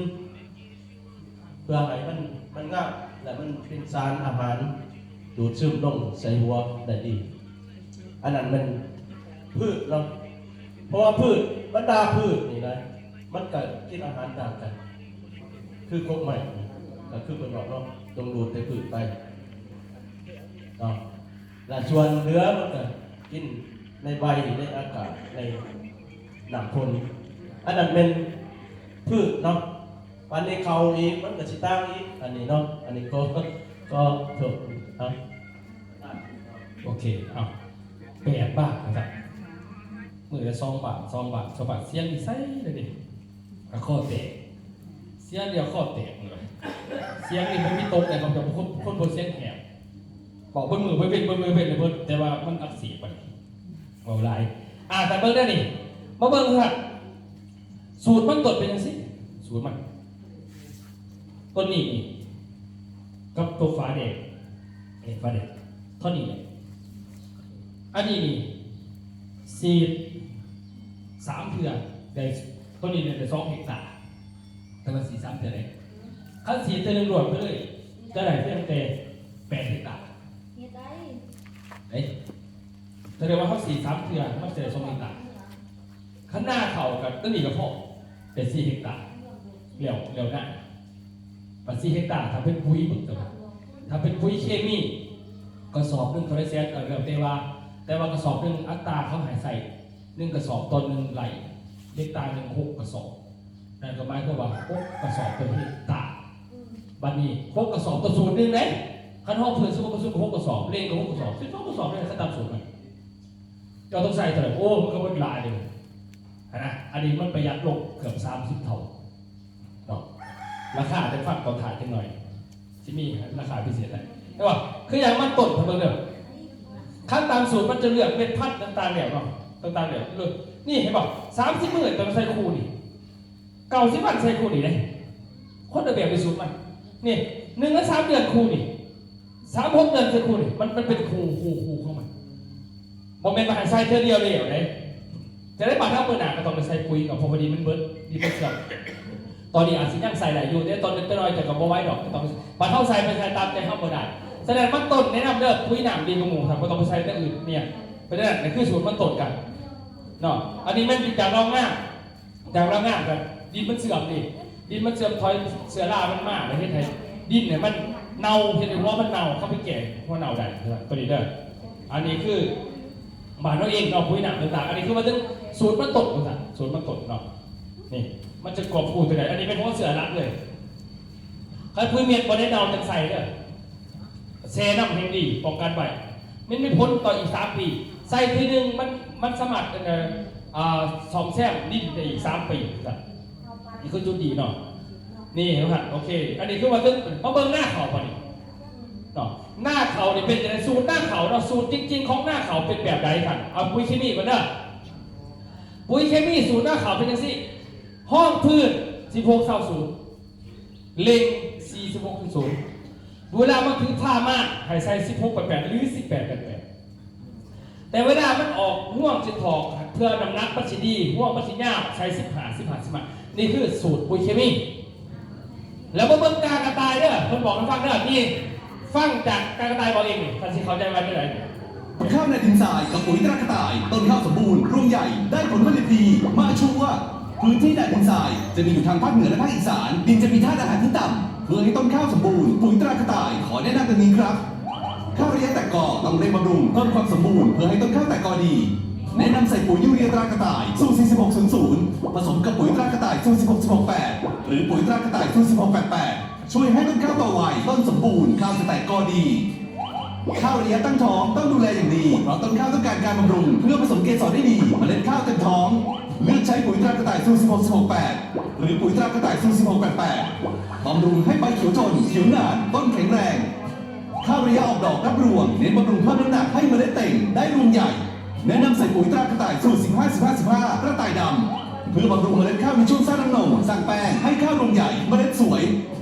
ปลูกข้าวในดินทรายต้นข้าวสมบูรณ์รวงใหญ่ได้ปริมาณข้าวเยอะต้องปุ๋ยตรากระต่ายปุ๋ยอันดับหนึ่งในใจชัวร์เด๊ะ เนี่ยอันนี้คือสูตรมันบอกแต่ว่าเราเล่นโฆษณาโทรทัศน์เขาบริวารสิไม่จบบริเขาครึ่งหน้าที่เขาเสียกันเป็นล้านบาทต่อเดือนไปอธิบายเลยทุกอย่างพวกนี้เขาบอกว่าพวกไงยังดีกานี่เขาฝ่าสรุปประเดียวเนาะเขาคือว่าตัวนั้นก็เรียกว่าหน้าแสดงสูตรมันดูถัดถ้าสูตรจริงมันอยากให้มันสมบูรณ์ดีๆต้องใส่แบบนี้แล้วขนาดดินทรายใส่16 8 46 15 แต่ข้างหน้าดินปกติที่เขาใส่กันเปลี่ยน16 8ออกเอา16 20ใส่แค่นี้เองจากเดิมมันเก่าเมื่อการใส่ไปเนี่ยขังใส่เนาะก็คือว่าเขาใส่ส่วนไหนประเทศไทยเขาใส่ตอนแต่กอครั้งที่1ครั้งที่2ตอนมันที่พาม่านตังทองตอนที่3มันทับพวกแต่บานเท่านี่พวกจะใส่3เลยเด้อเขาใส่ห้องพื้นแต่กอตังทองมันก็ได้แต่ว่าบานเท่านี้เป็นยังไงห้องพื้นกับเลงเนาะแล้วก็จบแล้วว่าลายเพราะนั้นการกระถาดาปุ้ยเข้ามาดิตะเกาปุ้ยปอมนะตะกี้เขาใส่ตั้งสูตรที่แบบคันเดี๋ยวนี้6 ปีผ่านมามันคือเก่าตัวใส่เพิ่ม2-3 เท่าปุ้ยปอมพวกจะเลือดนรกจะเอามันไปตายไปเร็วคนเขาด่าเขาได้ที่จริงโมเมนต์เราดิ้นเจ้าเบิ้ลประชิดเป็นผ่าเป็นถอยลงอันเก่าเลยพวกงานเก่าเลยแหละแต่เขาเอาคนจัดตัวไปนะให้บอกเขาจะหาวิธีเก็บปรับปรุงดินบ่ครับบ่เอาตัวนี้กัดไปละเอากำบังก็ไม่ใช่เพี้ยเนี่ยจะคือว่าใครเก็บบ่เอากัดอีกอยู่หันที่เก่าพี่เจสันพัชรีจะเอาไหนเนาะโมเมนต์จะคบคุยมาเห็นหน้าเขาซิ้งหน้าจะบอกว่าเขียวเหมือนกูบริวารทำไมมันก็มีเขาที่เขาใจจะได้เก๋นะฮานาหากเขาใจประมาณนี้เนาะสนัดนี่ท่านนี่สูตรเด้อ4690 ใช่ไหมนี่ก็ได้นี่นะเนี่ยสูตรมันเด้อแต่ว่าเฮกตาร์นึง6 กระสอบจังสันนะเดี๋ยวเขามาสูตรด้วยนะว่าแต่เขาใส่กระมือมันพอถึงเกี่ยวยามันไปดอกเป็นนักดินถ้ามันนักดีกว่าประเทศไทยกับพอบานเขามันใส่ร้ายตามสูตรแหละแต่ว่าเขาคือสื่อใดมันถือบานเขาคุยมันถือเด้อแล้วกับบานเขาก็มีโครงการรัฐบาลมารับแจกเครื่องนึงเจ้าแจกเครื่องนึงเพราะนั้นยังติดหนีบ่เศร้าหน้าผูกเขาตายหน่อยในไทยบานเขามีในหนกไม่ได้ผูกเขาตายอย่างมากเกินเมฆขีดกันผูกกระทงหน้าวันเดียวมึงยังคุยหนกมันเกี่ยวกับเจ้ามากกันนะผสมบัติเลยนะบานเขาผูกเขาตายเป็นนี้เฮ็ดหน้ามา3 ปีใจนี้ต้องเกาไปเร็วนะบานเขาว่าบานเขาสบายที่จะบอกคือเจ้าต้องการให้รัดมาซอยจะคนละครึ่งไม่หรอกนั่งจะซื้อโมกันมาแต่เรื่องมาแพ้จะหายเจ้าซื้อไปข้างหน้าจะซื้อคนเอาไปก่อนน่ะจะกระดาษเขาต้องรับเรือแต่ก็จะยื่นมันเป็นหนีส่งขึ้นมัน3 ปีสะสมแพ้ใจนี้กับเจ้าพูดมาตอนที่เก็บหนีไม่ยุติธรรมตอนจะเอาตะบิดแต่ข้างหน้าแต่ดิบาดเขาแบบขึ้นกันเด้อบาดเขาแบบไหนอ่ะฉะนั้นดินเขาจึงตายไว้กว่าเขาดินจืดดินสืดดินขาดอาหารเขาแต่ก่อนเนี่ยเขาป้าไปหน้าเหือไป3-5 ปีขั้นโบป้าแล้วดินมันเสื่อมไปเลยปล่อยให้ดินทงยังทงปล่อยให้เห็นหน้าน่ะแต่ปัจจุบันเนี่ยเขาบ่ใส่ไปอยู่แล้วเขาใส่ปุ๋ยหนักเทศเฮ็ดขึ้นเก่าแต่บ่ให้ทั้งดินให้ทั้งใบอย่างเดียวขึ้นเก่านะคือวิธีเก๋ก่อนฉะนั้นทั้งหนักมันจีเป็นฉะนั้นเมื่อก่อนเขาใส่ปุ๋ยมาเนี่ยบาทเท่าส่วนได้ใส่16-30เขาเพื่อนแต่ก็เล่งนี่แล้วก็จบเนาะขนาดจบทำนี่แล้วนี่นะเขาใส่มา30 กว่าปีกับ40 ปีนี่นะมันสะสมเป็นน้ำมันคือมีเพียมันคือแดงมันตะกี้คือมันมีเดี๋ยวนี้มันคือมีเพียเนี่ยเขามันเขียว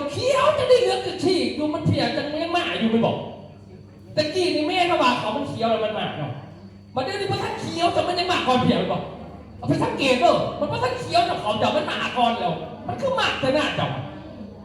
ฟังเด้อสาเหตุเป็นจังซี่เห็นสิเด้อนี่สาเหตุเพี้ยมากเป็นสิเด้อ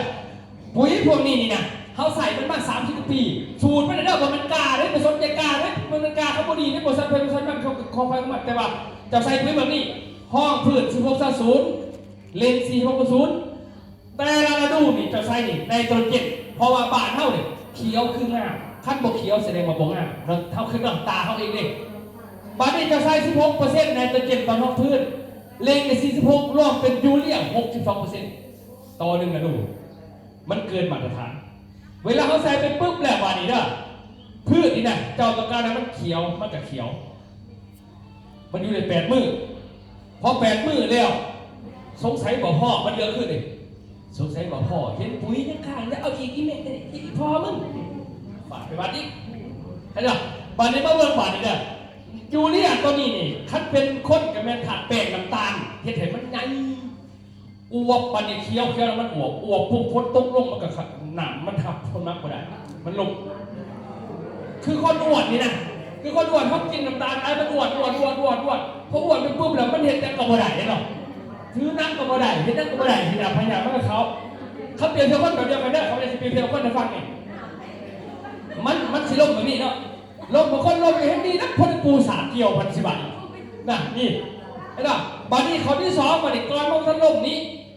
พืชเนี่ยมันกินเคมี1เคมีเก่าจะขาดไว้2มันจะซ้ำเติมอีกแต่ละปีนี้ก็ซ้ำไป62%แล้วมาเทศไทยการน้ำตาลมันเกิดประเทศไทยมันเขียวระบาดนี่ในเตรดมันออกมาจากลำต้นมันนี่มันติดตัวนี้มันมากินเพี้ยมันไม่ได้มากินของเขียวของเขาเฮาแต่มันมากินถาดในเตรดทีมันแปลงจากปุ๋ยน่ะมาเป็นของเสียน่ะไอ้ซีซักเอามาขอโทษขออภัยบอกแบบตรงๆเลยเนี่ยเขากินเขาไปในเสียงมันเนาะแต่ว่ามันออกมาอย่างมุสามันเป็นขี่ไปบอกเอาจริงๆซะท่านในเลยแบบพืชมันกินเนี่ยมันกินทันทีมันกินทันมันและอาหารของมันคือปุ๋ยมันออกมาพืชมันก็เป็นขี่มันเขาเอิญในตัวเจ็ดมันเอิญมันในเตรดเข้ามาน่ะมันในเตรดตัวนั้นน่ะมันกลายเป็นอาหารของเพี้ยเอาจริงๆซะบอกตรงๆเอาจริงๆวันนี้พอมันออกเลยพวกนี้มันผัดออกมาทั้งยอดทั้งนี้มันบ่ออกมาคือคนออกข้างหลังเนี่ยมันออกเพิ่มๆนะเข้ามาเนี่ยมานี่ตัวนี้นี่มันบ่มีตาบางคนแบบเขาเคี้ยวกันไปแล้วมันมากมันเห็นเขียวมันบ่มีตาที่อยากมันบ่มีตาเด็กพวกเมฆกระสอบเมฆกระสามันบ่มีตาตะกะแตนก็ไม่มีตามันปลอมมันเอาใช้หนวดกันเป็นตัวสัมผัสหนวดนั่นน่ะเม็ดจะลองเห็นเมฆกระสาต้องตาปลอมไหมตาปลอมมันจะตาปลอมแบบเพราะว่ามันต้องเห็นปลอมอันนี้ดิศัตรูนี่แม่งก็เอาไงแม่งปกกระเล่นที่เจ้ายากนะมันไม่ตามันบอกยังไงไม่บอกแม่ปกกระเล่นอะไรแบบตรงยังไงตรงตามันเล่นเจ้ายากมันไม่เป็นตาที่ไม่เบิ่งเลยไล่มันจะซื้อตามันน้อยไม่บอกไปเบิ่งขนาดนู้นบอกให้เบิ่งบอกไปเบิ่งแต่ประเดี๋ยวประหยัดปกกระเล่นไปเบิ่งเด้อแต่มันไม่เป็นตามันเป็นตัวแตกมันซื้อเขาไปเจ้าคนหนึ่งประหยัดไม่บอกเลยนะตามันก็ได้น้อยหนึ่งมันหลอกสักตูหลอกเข้าเลยไปเพชรจังหวัดแต่เขาอยากกันตรงนี้ก่อนมันก็ไม่หลอกเข้าเลยว่าหายไปไกลไม่ได้นะมันการหาวิธีรักษาชีวิตมันไหวนะมันปลอมเม่นก็เบื่อมันอันไล่มันงูก็มีพี่ใหญ่มันเห็นเนี่ยคุณยันคุณงูกันนี้บอกไปกินมันนะธรรมศาสตร์ออกแบบมาในระบบนิวิตได้ทันเลยนี่มันกันเด้อพอนี่ตามตรงนี้แต่ไม่ไปน้ำนวลเม็ดกระสาเป็นหนวดอาหารซึ่งหนวดไปล่องตัดล่องไปตัดเนี่ยปึ๊บออกหนวดเม็ดกระสาต้องปล่อยไปมันไม่จะไปเราไม่ไปต้องเรดาร์เลยนะนี่เหมือนกันเนี่ยมันไม่ตามันก็เห็นสีเขียวขึ้นมาเลยแต่ว่าหนวดมันนี่มันจะพาไปหาว่าตัวไหนมีกินอาหารฉะนั้นเป็นงั้นพี่อ่ะนี่เวลาเขาขามันเลวพ่นยาแล้วมันก็คือมา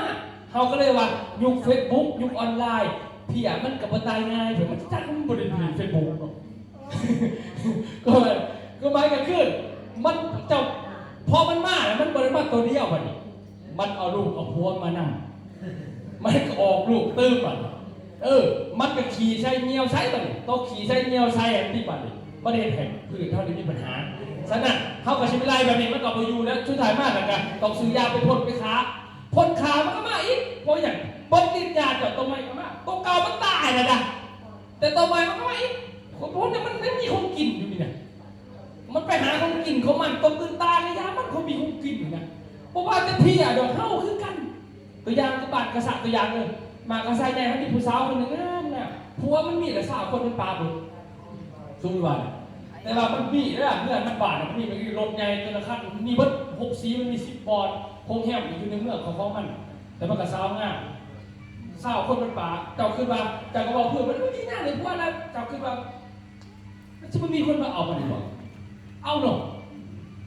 เป็นเอาหน่อยไม่ใช่คือเอามันไม่ได้กินไม่ใช่เลยฮันนานั่นแหละหรอบ้านะครับบางทีกันก็ไปหาบางทีใครไปอยู่ไหนก็บินหรอกอ้าวแล้วเราอีกคนนึงมันอีกแล้วคนหนึ่งนั่งลูกคนหนึ่งผัวหันซ้ายนี่เป็นเศร้าเอาหันก็แบบเป็นหนีก็ไม่หนีทุกก็ทุกมันไม่ยังหันไปบ่เอาผัวกระซ่าเอาไปกับป่าโอ้ยเอียนนี่มันพี่กินผัวตัวนี้เพราะว่ามันต้องมีเพราะว่าพวกคุณเราไม่กินนะคอตะกูสบายอย่างมันต่างนี้มันสนใจที่ตายเลยมันบริจาคน้ำหอมเลยมันบางแต่ว่ามีคนกินนี่นะมันก็ยุ่งเหมือนกัน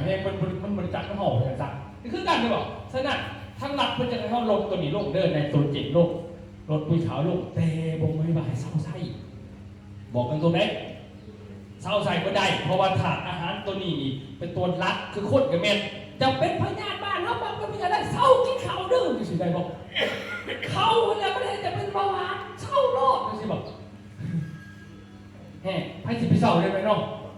บ่ได้แน่นอนมันก็ต้องกินนะแต่ว่าสิกินจังไดให้มันน้อยลงให้มันไม่อยากแก่บากันดิอันนี้บอกให้คุณเศร้ากินข้าวกินแต่ปูแต่เม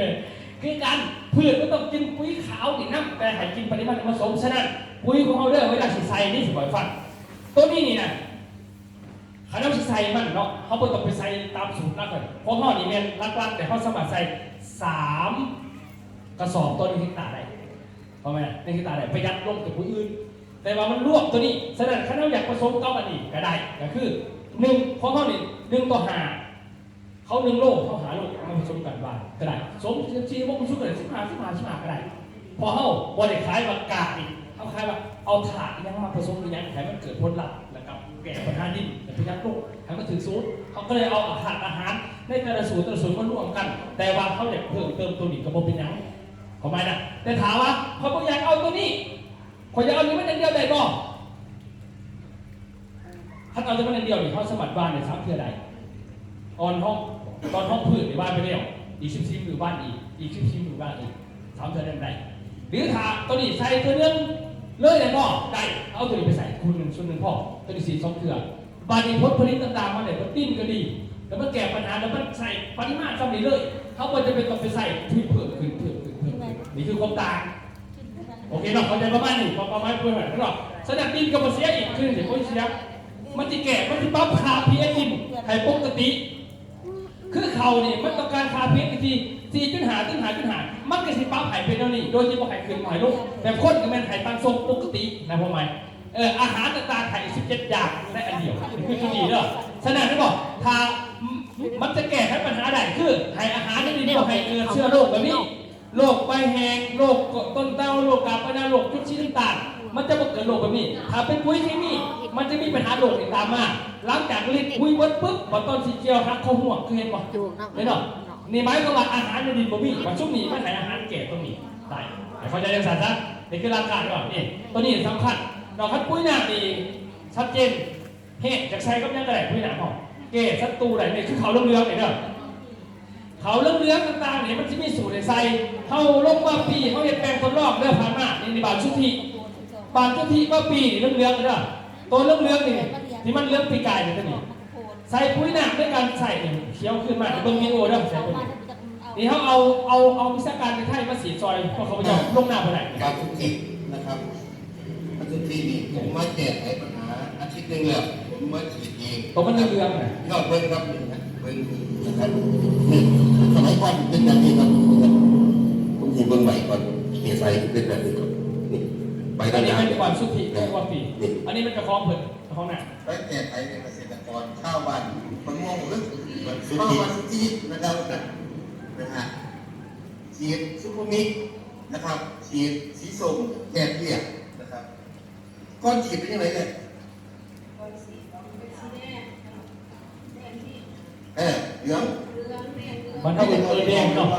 แต่ปันเขาเป็นเรืองเขาแล้วบอกคือเรืองอ่ะ อาทิตย์หนึ่ง น้อ เนาะ งแดงก็คือเสียงพ่อใหญ่แล้วเลย มือมากินดีมาตรงว่าเปลี่ยนป่ะเปลี่ยนนี่ขอตรวจมาเนาะขอตรวจมาไป อันนี้คือบัตรชุติอันนี้บัตรสัมภาษณ์เนาะพอเขาจะเปิดตลาดนี่มา3ฤดูดิบัตรสัมภาษณ์นี่บัตรสัมภาษณ์นะอันนี้บัตรเหล้าอยู่บัตรเหล้านี่เด้อเขาไปใส่ทั้งใส่ตัวปุ้ยหนักตัวหัวเสือนี่มันห้อยสลีไปอยู่เด้อถ้าใส่กูวันนี้เลยห้อยสลีมันจะขึ้นตัวนี้ เป็นพระน้องที่มันเจ้า มันจะขึ้นว่าใครทั้งกระแทกแทน โอ้เอาหนึ่งดูบอกให้พี่น้องไปฟังมึงเลยได้สิไปเป็นอันนี้มาใส่ทั้งนับปีนะแทรกรอเมื่อกี้กัน มันนอนเรื่องว่าปีเป็นจะเอาตัวนี้ไปทดลองกับหนังเขา หน้าพระเจ้าจะพอนั่งมานั่งใส่ที่นี่กับย่านี่เนาะย่าดีขาพระเจ้าช่วยใส่เลยเนาะเห็นผลต้นเถากระง่ามเขียวดีเนาะ ตัวนี้เป็นบอก เนี่ยตัวนี้เด้อตัวนี้ข้าพเจ้าลองแล้วเขาง่ามเขียวดีด้วยง่ามดูวิธีการไล่ขึ้นขนาดเลยเนาะเห็นผลตัวนี้เป็นบอกไล่ไม่ไล่เจ้าโอ้แสดงว่าบันเล่านี่แม่นั่นผู้ทรงแปลงทดลองนี่แม่เจ้านี่เนาะก็เห็นได้หูลูกไปใส่ไปสีเบิ้งแล้วกันคือว่าเห็นมันเป็นไปได้แล้วสีเองคิดเองเลยเขามือมันหวานเขาเคี้ยวนี่เห็นแล้ว อันนี้บันเราอันนี้เป็นสวรรค์เขตในทรงไปวางซ้อมเสมอก่อนอีกหนึ่งรถพ่วง เขาวันที่ ตัวนี้แก่พวกกันพี่อย่าลูก 3 เดือนเก่า2004ถ้ามาเบิ่งให้หน้าที่เฮา4มื้อวันที่3 เดือนเก่า2004ได้10มื้อเนาะก็อาการเริ่มดีขึ้นจากเปลี่ยนไผนอนก็เขาที่ว่าจากเรื่องคอยเคี้ยวเลยเนาะมันจะเคี้ยวตัวปิดๆตัวนั้นมันเฮาสีแห้งจะเคี้ยวปิดๆเนาะคือว่าคุยกับเกษตรโนเฮาตัวแก้ไขปัญหาเปลี่ยนไผได้ด่านกัน ในสวรรค์เขตอันนี้เป็นอันนี้อัตปื้อนี่แม่นแผนกกสิกรรมในป่าใหม่ได้เป็นเขาหลอกไหนเลยเป็นปี2004ปัจจุบันกระทรวงตลอดเลยสวรรค์เขตอันนี้หน้าวานเนี่ยก็ใส่ได้เลยหน้าวานนี่แหละหน้าวานอันนี้เป็นสารวัตรเขาพึงใส่มันถ้าได้ดีใส่ด้วยเจ้ากับเซเลโน่เขาใส่ตัวนี้แหละตัวนี้พูดนี่เลยแบบนี้เขาใส่แบบนี้หอยสลีนี่โบอยากดูด้วยหอยสลีหอยโบกินเนาะ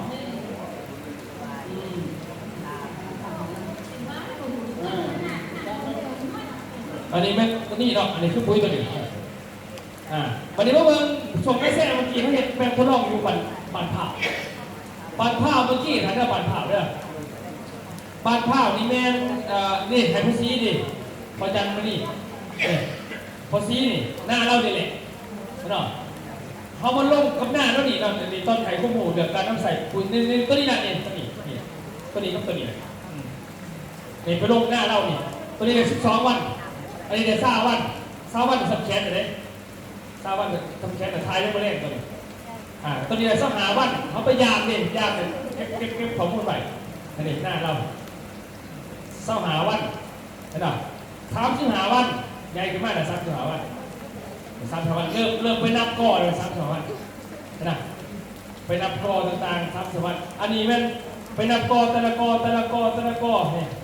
ก้อนนึงไก่จักต้นนี่เห็ดแปลงตลอดก่อนนะสิมาลงกับเอกสารของแพงนี่นะมาจากนี่อันนี้ตอนพวกที่งานทำเป็นเมืองกัดในเมืองนี่ สบายดีตอนนี้ทีมงานเนาะวันที่20 เดือน 2 ปี2565เนาะทีมงานพาสโกล่าของท่านเป็นสารวัตรเนาะมาเบิ่งแปลงสาธิตแปลงทดลองปุ๋ยเก่าเกษตรโนอยู่ที่บ้านข้าวแต่ผู้คนสิขายนี่แหละแม่ที่จะว่าไปมันจะต่างบดนะมันบดให้ด้วยหน่อยตัวตลาดมันก็เป็นมาจุ่มหน่อยแม่ปัจจัยมันก็เป็นช่วงนี้ไปก่อนก็มากันไหนแม่ที่กองกลางเนี่ย มันจะตัดเลยแต่มันจะตัดตัวนี้ก็ส่วนตัวนี้หันนี่เห็นไหมอันนี้ไม่ต้องไปนับต้นนับเรื่องต่างๆทางนี้เลยจนเก็บเกี่ยวไปแหละนับประสานจนเก็บเกี่ยวผลผลิตอันนี้คืออยู่บ้านผ่าเขาเลยสารวัตรนี่โลกตอนนั้นอันนี้บ้านบ้างมั่วนี่บ้านบ้างมั่วนี่พี่จะคุยหนักเกี่ยวพ่ออันนี้ไม่ใส่เพียงเพราะเบื้องหน้าข้างๆที่ไม่ใส่คุยเลยแล้วแทรกเมื่อกี้เนี่ยเขาจะเดินวนร้ายแล้วดูแฟนเขาเห็นร้ายแล้วมืออื่นกับคุยเขามา หมุน นึ่งรถพ่วงลงสารวัตรอื่นหอดบ่แต่อื่นหอดนี่หอดสารวัตรแต่กระทรงเนาะทรงพื้นที่เบิร์ดได้เพราะเขามีออเดอร์ต่างๆปันกระซาหน่อยกับนี่ อันนี้เป็นภูเขาอันนี้เป็นภูเขาอันนี้ภูเขา อันนี้บอกความต่าง ภูเขาภูยังภูจักภูสันเลยถึงเรื่องเลยคือความต่างเนาะ ในพื้นงานเดียวที่นี่บนเซ็ตพื้นเม็ด ดำพร้อมกัน นี่เป็นพื้นครับ เพราะว่ามีสีพื้นเราเป็นสีขีดเขาสีที่ต่าง อันนี้เป็นตะคองหน้าผู้เพิ่นบนใส่พื้นเขาได้นี่เพิ่นไปเบิ่งน้ำผู้นี่ว่าเพิ่นจะได้มาใส่พื้นเขาคือว่ามันคือนี่จะ ถา ถาม ม เจ้าของคุณหน้าทางเชี่ยคุณจะขันด้วยคุณโอเคเนาะแบบนี้เนาะขนาดนั้นเลย7 มื้อ สีก็เจ็บปัดเลย อันนี้มัน7 มื้ออันนั้นหน้าเพิ่นผ่านหน้าเพิ่นนั่นเพิ่นว่าเพิ่นเจ้าของหน้าเพิ่นมาบอก เพิ่นมาเบิ่งน้ำว่าตัวพกตัวนี้มันคือตาลแท้นะเพิ่นรู้จักนี่คือการที่ตามแต่ละเรื่องเขาเขาเนาะฉะนั้นตัวนี้คู่นี่อันเดียวกันเลยอยู่4 เฮกตาร์4 เฮกตาร์ตัวนี้ก็ตามหลักของคุยเคมีเขาเหรอเขาเอาใส่คนมือเขาคุยเท่านั้นแหละง่ายๆสบายๆถ้าเราใส่ก็มีมันตัวนี้เขาคุยตัวเดียวกันถ้าไม่ใส่จะคุยเป็นใส่2 เดือน 3 เดือนเลยใส่2 เดือนแล้ววันนี้เขาที่มีให้คนรอบทุกท่านที่ให้ไปเลยใช้แบบคนรอบให้เพิ่นนี่นอกนี้นะให้เพิ่นให้เป็นตัวรอบก็โก้บักเพชรบักพริกบักเครื่องนะตัวนี้เด้อให้แบ่งเป็น3 ส่วนวิธีใส่นะบอกวิธีใส่แล้วแบ่งเป็น3 ส่วนอัน3นะอัน3เขาใส่กันนี่ใช่ป่ะมือเล็กเขาใส่เนี่ยปั๊บอาทิตย์หน้าใส่อีกตัวนี้อาทิตย์ที่เหลือใส่อีกคิดตัวที่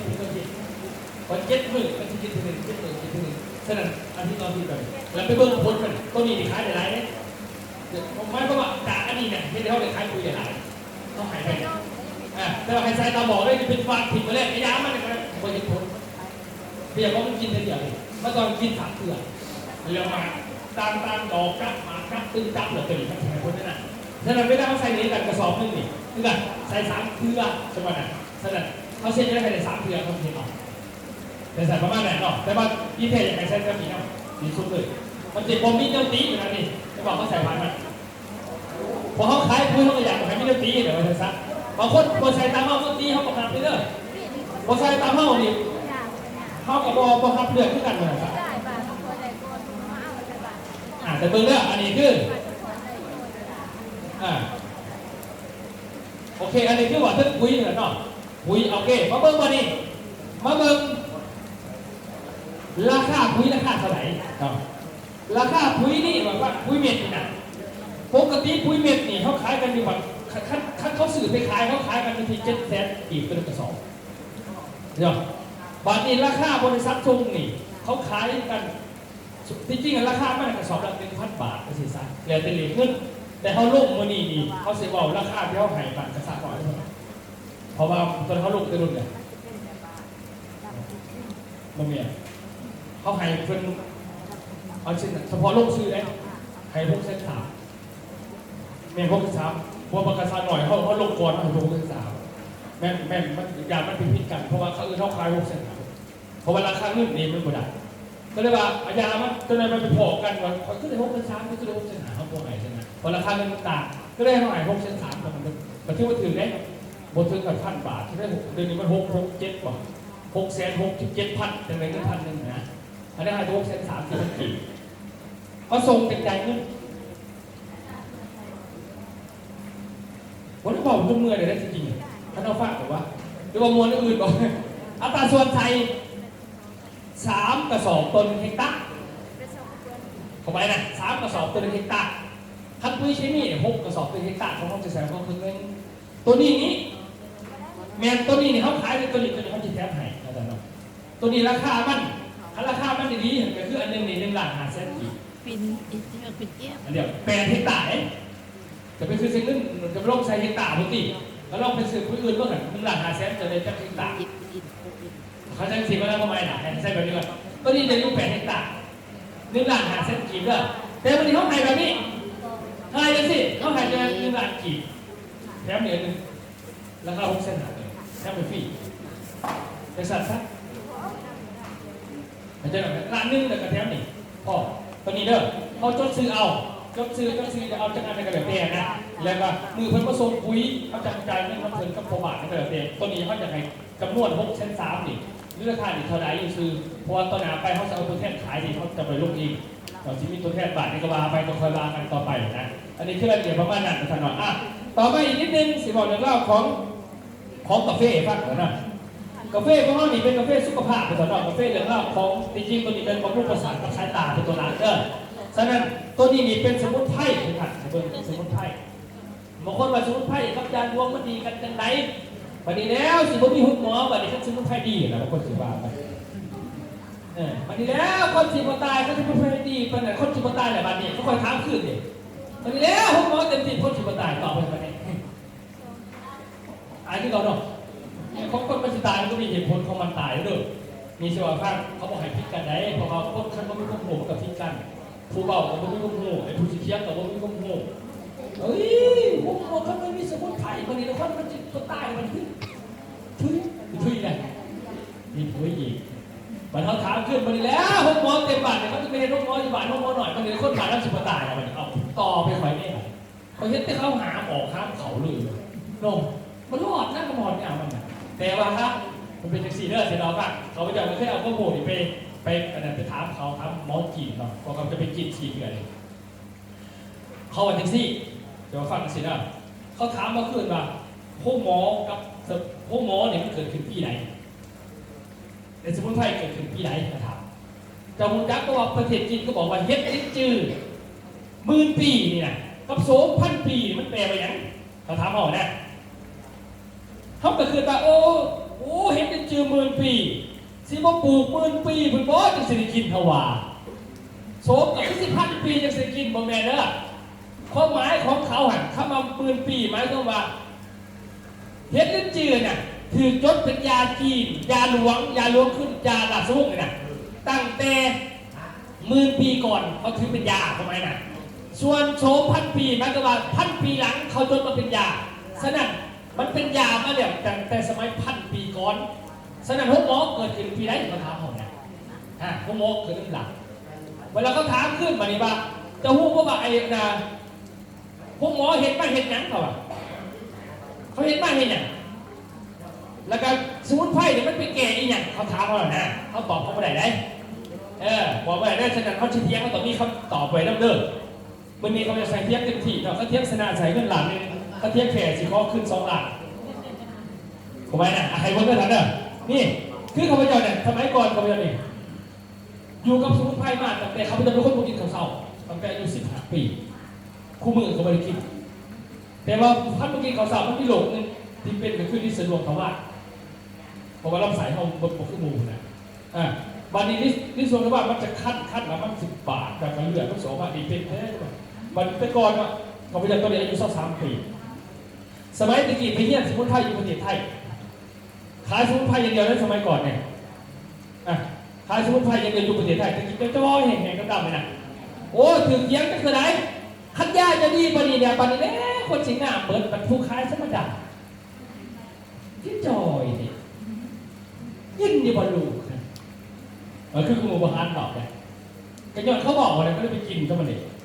กินเถอะกินไปกินเฮียยาวเป็นเพลงเลยว่าเป็นราคาคือขวดซ้ำนี่1 ล้าน 2 ล้านหมดดิซื้อโพดทุกวันเนี่ยวันทุกวันนะเข้าขึ้นเลยนะปัญญาไฮโมไปขายต่อแบบธุรกิจเครือข่ายส่วนต่อสินะเขาจะว่าได้บริมีแบบนั้นก็เห็นได้เพราะว่ามันต้องบอกกันใหม่เนี่ยคือแบบการขาดมันต้องเป็นกฎหมายเป็นระเบียบใช่ป่ะแสดงว่าเขามาเข้าใจว่าเขานี่บอกได้แต่มูบอกต่อไม่ได้มันมีปัญหาเลยเฮ็ดยังไงบอกมันไม่ใช่สิ่งใดแต่ว่าสมุนไพรมันดีเลยสมุนไพรดีเลยแต่เรื่องนี้ก็คือเขาจะยุ่งกับสมุนไพรมากเนาะเป็นเปลี่ยนกับของได้ขวดนึงจะว่าเท่าไหร่ขวดนึงคือ2 ล้าน5คนซ้ำเขาเสนอกินนะมั้งเขามากินนะมั้งเขามาสั่งเขามากินนะที่ท่านกินสั่งแต่ของเองกินเองนะเดินเองมันทุกอย่างเลยตอนนี้ไปเยี่ยมจีนตอนที่จบจีนมากในครั้งที่4ไปบ้านเขามีซ่าเนี่ยท่านเขาเอาซ่าเนี่ยมาจุ่มทดลองใส่กับเป๊ปซี่เป็นโถเอาซ่าใส่คนทานแล้วที่ดึงออกไอ้ตัวดำๆมันไม่ติดอยู่ในนั่นนะไม่นะแล้วเป๊ปซี่เป็นน้ำดื่มเงินตายดิขอดึงนี่ขอดึงเลยวันนี้ไอ้ตัวเนี่ยทางเสาเนี่ย ย่ำน้ำไปนอนน้ำหอนเป็นยาตัวนี้ถ้าเขาใช้มีเท่านี่จะเขียนเขาได้ว่าให้มีกินพีตัวนี้แพทย์ก็ต้องขับเคลื่อนว่ายาวิเศษยานอนทางเช่าทุกท่านตัวนี้มันจะเกิดขึ้นทุกที่ผู้ทิเบตที่เป็นยาหลักๆตัวนี้คือเม่งกระบี่ไข่ลงไปแล้วเป็นนอนย่ำหนาวมันเป็นนอนย่ำหอนมันเป็นยามันจะเกิดมากเป็นสิ่งละคนเวลานั้นเวลาหิมะมันอยู่โรคปืนมันละเฮ้ยเจ้าก็ต้องไปหาเก็บคือเห็ดผงเก็บมากหาสินี่เอามาขายกันนี่เอามาขายไปเป็นงูขึ้นมาให้พอนี่แหละแต่มาขายเป็นแผ่นแพงมาดีเนาะได้ขึ้นกับไปซื้อพวกนั้นกับไปซื้อเอาอยู่หนาต่างๆมาสินะมาเนี่ยจะมาขายเอามาอัดเป็นกองแบบนี้กองนี่ราคาเท่าไหร่บอก$500สหรัฐราคาราคาว่าไงนะก็มันเพจราคาไหนแต่สังเกตว่าผู้ใหญ่ต่างๆผู้ใหญ่ใหม่สูงเขาที่มีผลสีหลายจากนักธุรกิจสื่อต่างประเทศมาฝากเป็นสูงเป็นต่างๆด็อกเตอร์เขามีมันเป็น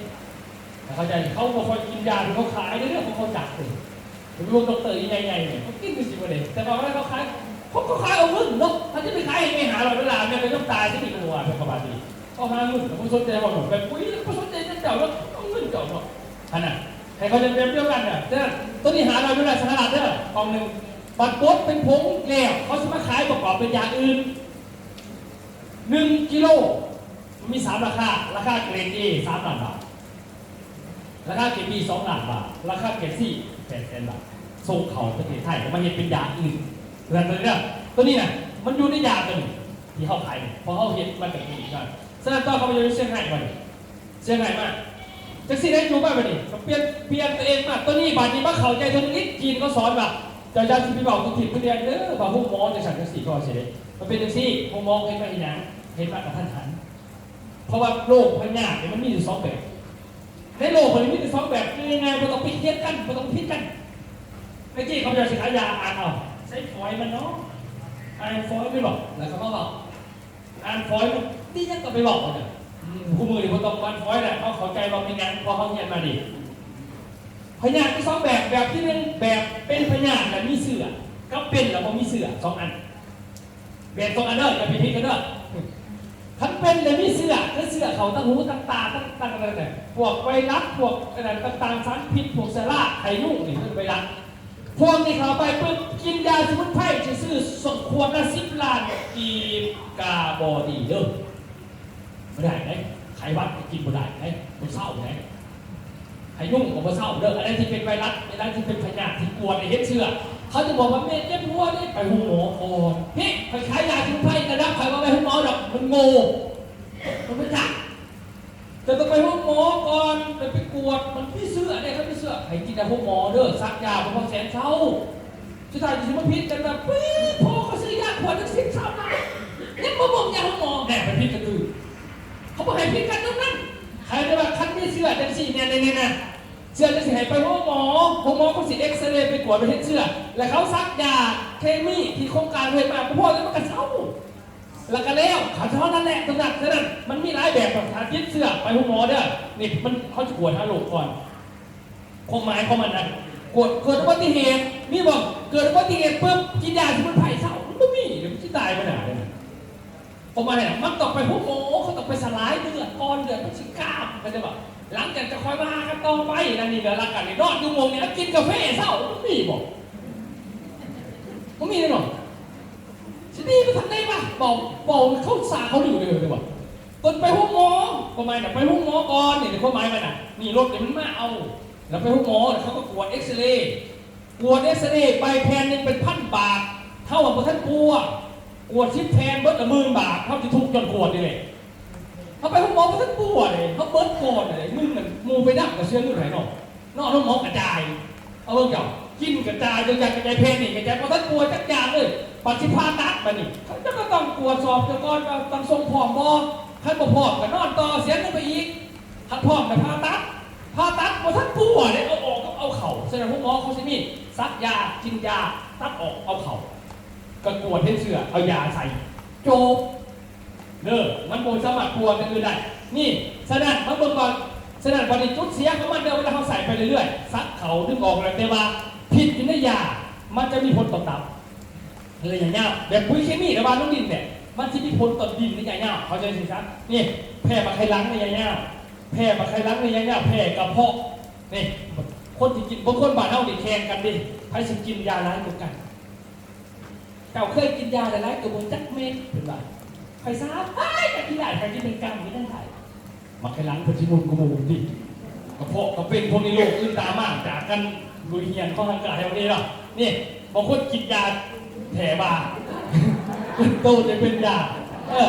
วันนี้ผลมันตามมาคือเขาแพ้บัดนี้แพ้เลยคืออย่างกระปุยเคมีเองบอกพืชน้อยพืชใหญ่ตามส่วนมันเมื่อกันเขาเอายาผู้ใหญ่ให้เล็กหน่อยกินมันกับเพกเลยบอก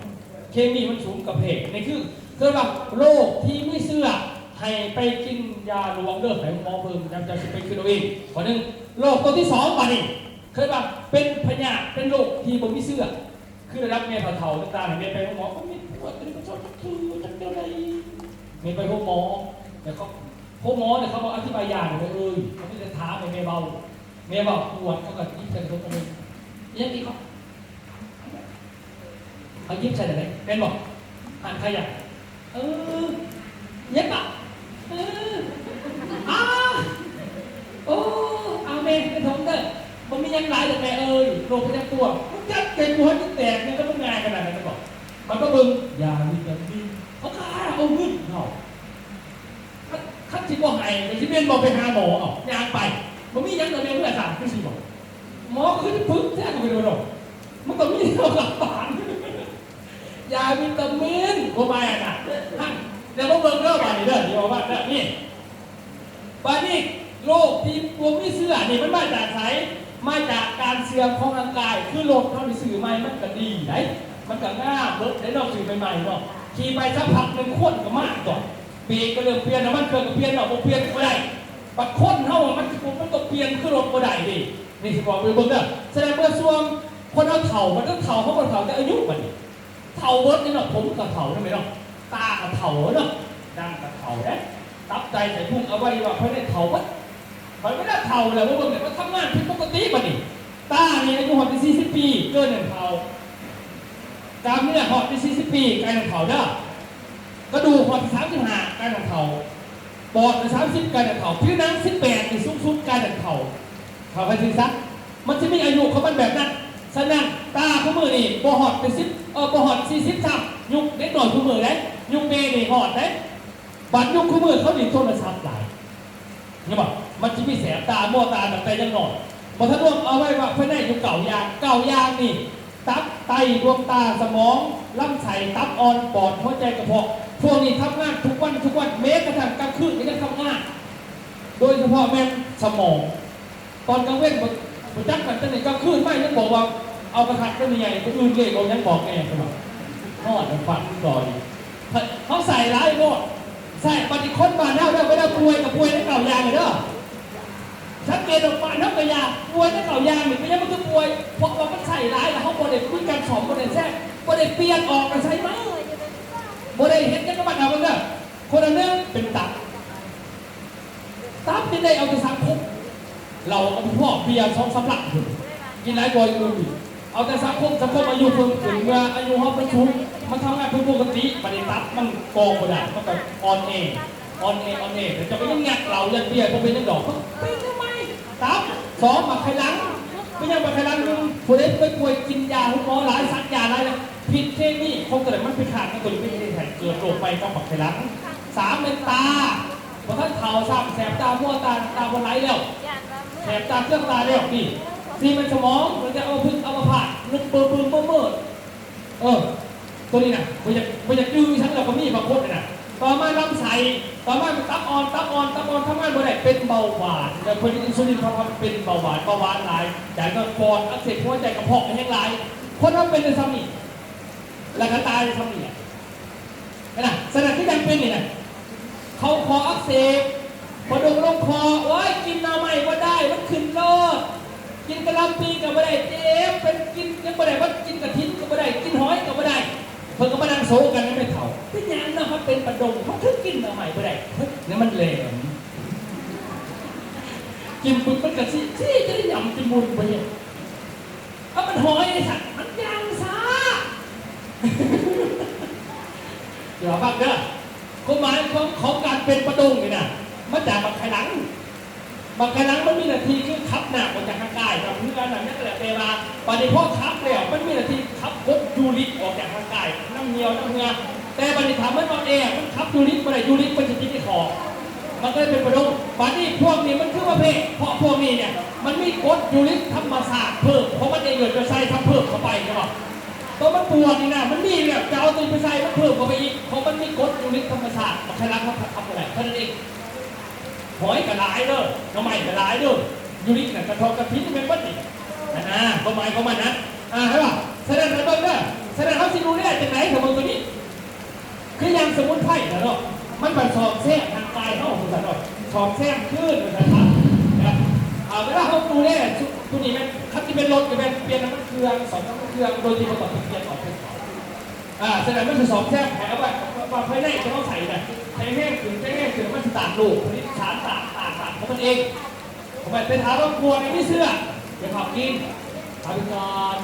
ไปมองกันเด้อแล้วมาเติมมั่วแล้วไปมากินเป็นสัญญากายักษ์ยาเนี่ยจากโมเมนต์กาเขาเมาเลยเขามาสิกายักษ์กว่ากายักษ์ที่เดิมเขามันแต่เขาจะเป็นสมุนไพรคือกันปุ๊บเด้อกาแฟกายักษ์ยาคือขายเขาเป็นรถต่างแต่เขาสิเน้นจุดใดจุดหนึ่งขนาดเน้นจุดใดมันก็มีเน้นเอามาบอกของเขาเน้นจังไหนสุดท้ายสุดท้ายหมอจีนคนบอกเขาพยาบาลถ้าอยากอายุยืดเป็นยังไงคนบอกว่าให้ร่างกายสะอาดและเลือดสะอาดเท่านั้นแหละพยาธิบ่มีแสดงคนเป็นพยาธิเพราะเลือดก็สะอาดแล้วก็ร่างกายก็สะอาดเอาไว้ฟังเด้อเป็นสิจักว่าเป็นพยาธิเลยก็เอาเลือดไปตรวจเนาะเลือดไปตรวจก่อนจะจักว่าเป็นพยาธิหรือเปล่าแต่เลือดก็สะอาดมันจะเป็นพยาธิในเมฆของเขาเลือดก็สะอาดมาจากร่างกายก็สะอาดพอร่างกายอ่อนมันเป็นตัวดูดซึมอาหารเรากินเนี่ยตื่นสามารถกินเข่าเที่ยงกินเข่าเล่นกินเข่าได้เพราะเพื่อนอยากไปกินเข่าเลยตอนนี้กินเข่าไปเปลือกมันไม่ใส่มันไม่ได้กระเพาะมันคือโบนไก่สั่นมันจะใช้ตับนี่ตับมันผลิตน้ำดีมันซอยเป็นหาดมันจะคมเลยมันเลยครับมานี่โตได้เป็นมันเป็นลำไส้อ่อนมันจะดูดซึมมันเป็นผนังลำไส้อ่อนที่เขาผลิตเนี่ยมันดูดเข้าไปสัมผัสอาหารมันเข้าไปสู่เลือดพอตัวของเสียออกมันลำไส้เกลออกมาเป็นไทยศีรษะเข้ามาน่ะวันนี้เวลามันดูดเข้าไปวันนี้ลำไส้อ่อนจะบอสะอาดเวลาบอสะอาดกินเนี่ยคนหมูได้ไหมเมย์กินยาเหมือนกันผู้นั้นกินซื้อยาพร้อมคอยกิน3 ส่วนเมย์กินอาทิตย์นึงก็ใช้ได้มาถึงกับไข่เคยเป็นบอกเป็นโมเมเดอร์เขาให้ถึงคนทุกคนเป็นยังมันคือสารแล้วกันลำไส้ของแต่ละคนมันต่างกันลำไส้ผู้นึงสะอาดดีคนนึงผู้นึงบ่สะอาดผู้นึงเปื่อนผู้นึงเปื่อนได้หลายเอาไงซักปากมิ้นบอกว่าคุณเป็นตาเหลืองล้มพัดอย่างนอนพอพัดอยู่อย่างนอนตื่นมากก่อมุ่งกระพอเขาใช้มุ่งจากนอนต่ออะไรลำไส้เขาเปื้อนฉะนั้นพวกลำไส้เปื้อนนี่หากายเขานี่นะคิ้วของการกินเด้อกินเมื่อคืนนี้เนี่ยปุ๊บมันจะขาดไปกินมันนี่กาแฟขาดไปลำไส้ดูดก็ได้มันเข้ากับเปลือกคือทอน่ะทอ PVC เขานี่นะมันเปื้อนไม่ได้ไม่มีแต่ไข่มันต้องล้างไข่ออกก่อนแต่มันจะดูดวันนี้มันฆ่าคิ้ววันนี้ตัวเปื้อนคือลำไส้ดูดกินขี้เฉพาะเองที่ไหนเราหัวต้นแค่เราตาเรื่องอะไรเราปากมิ้น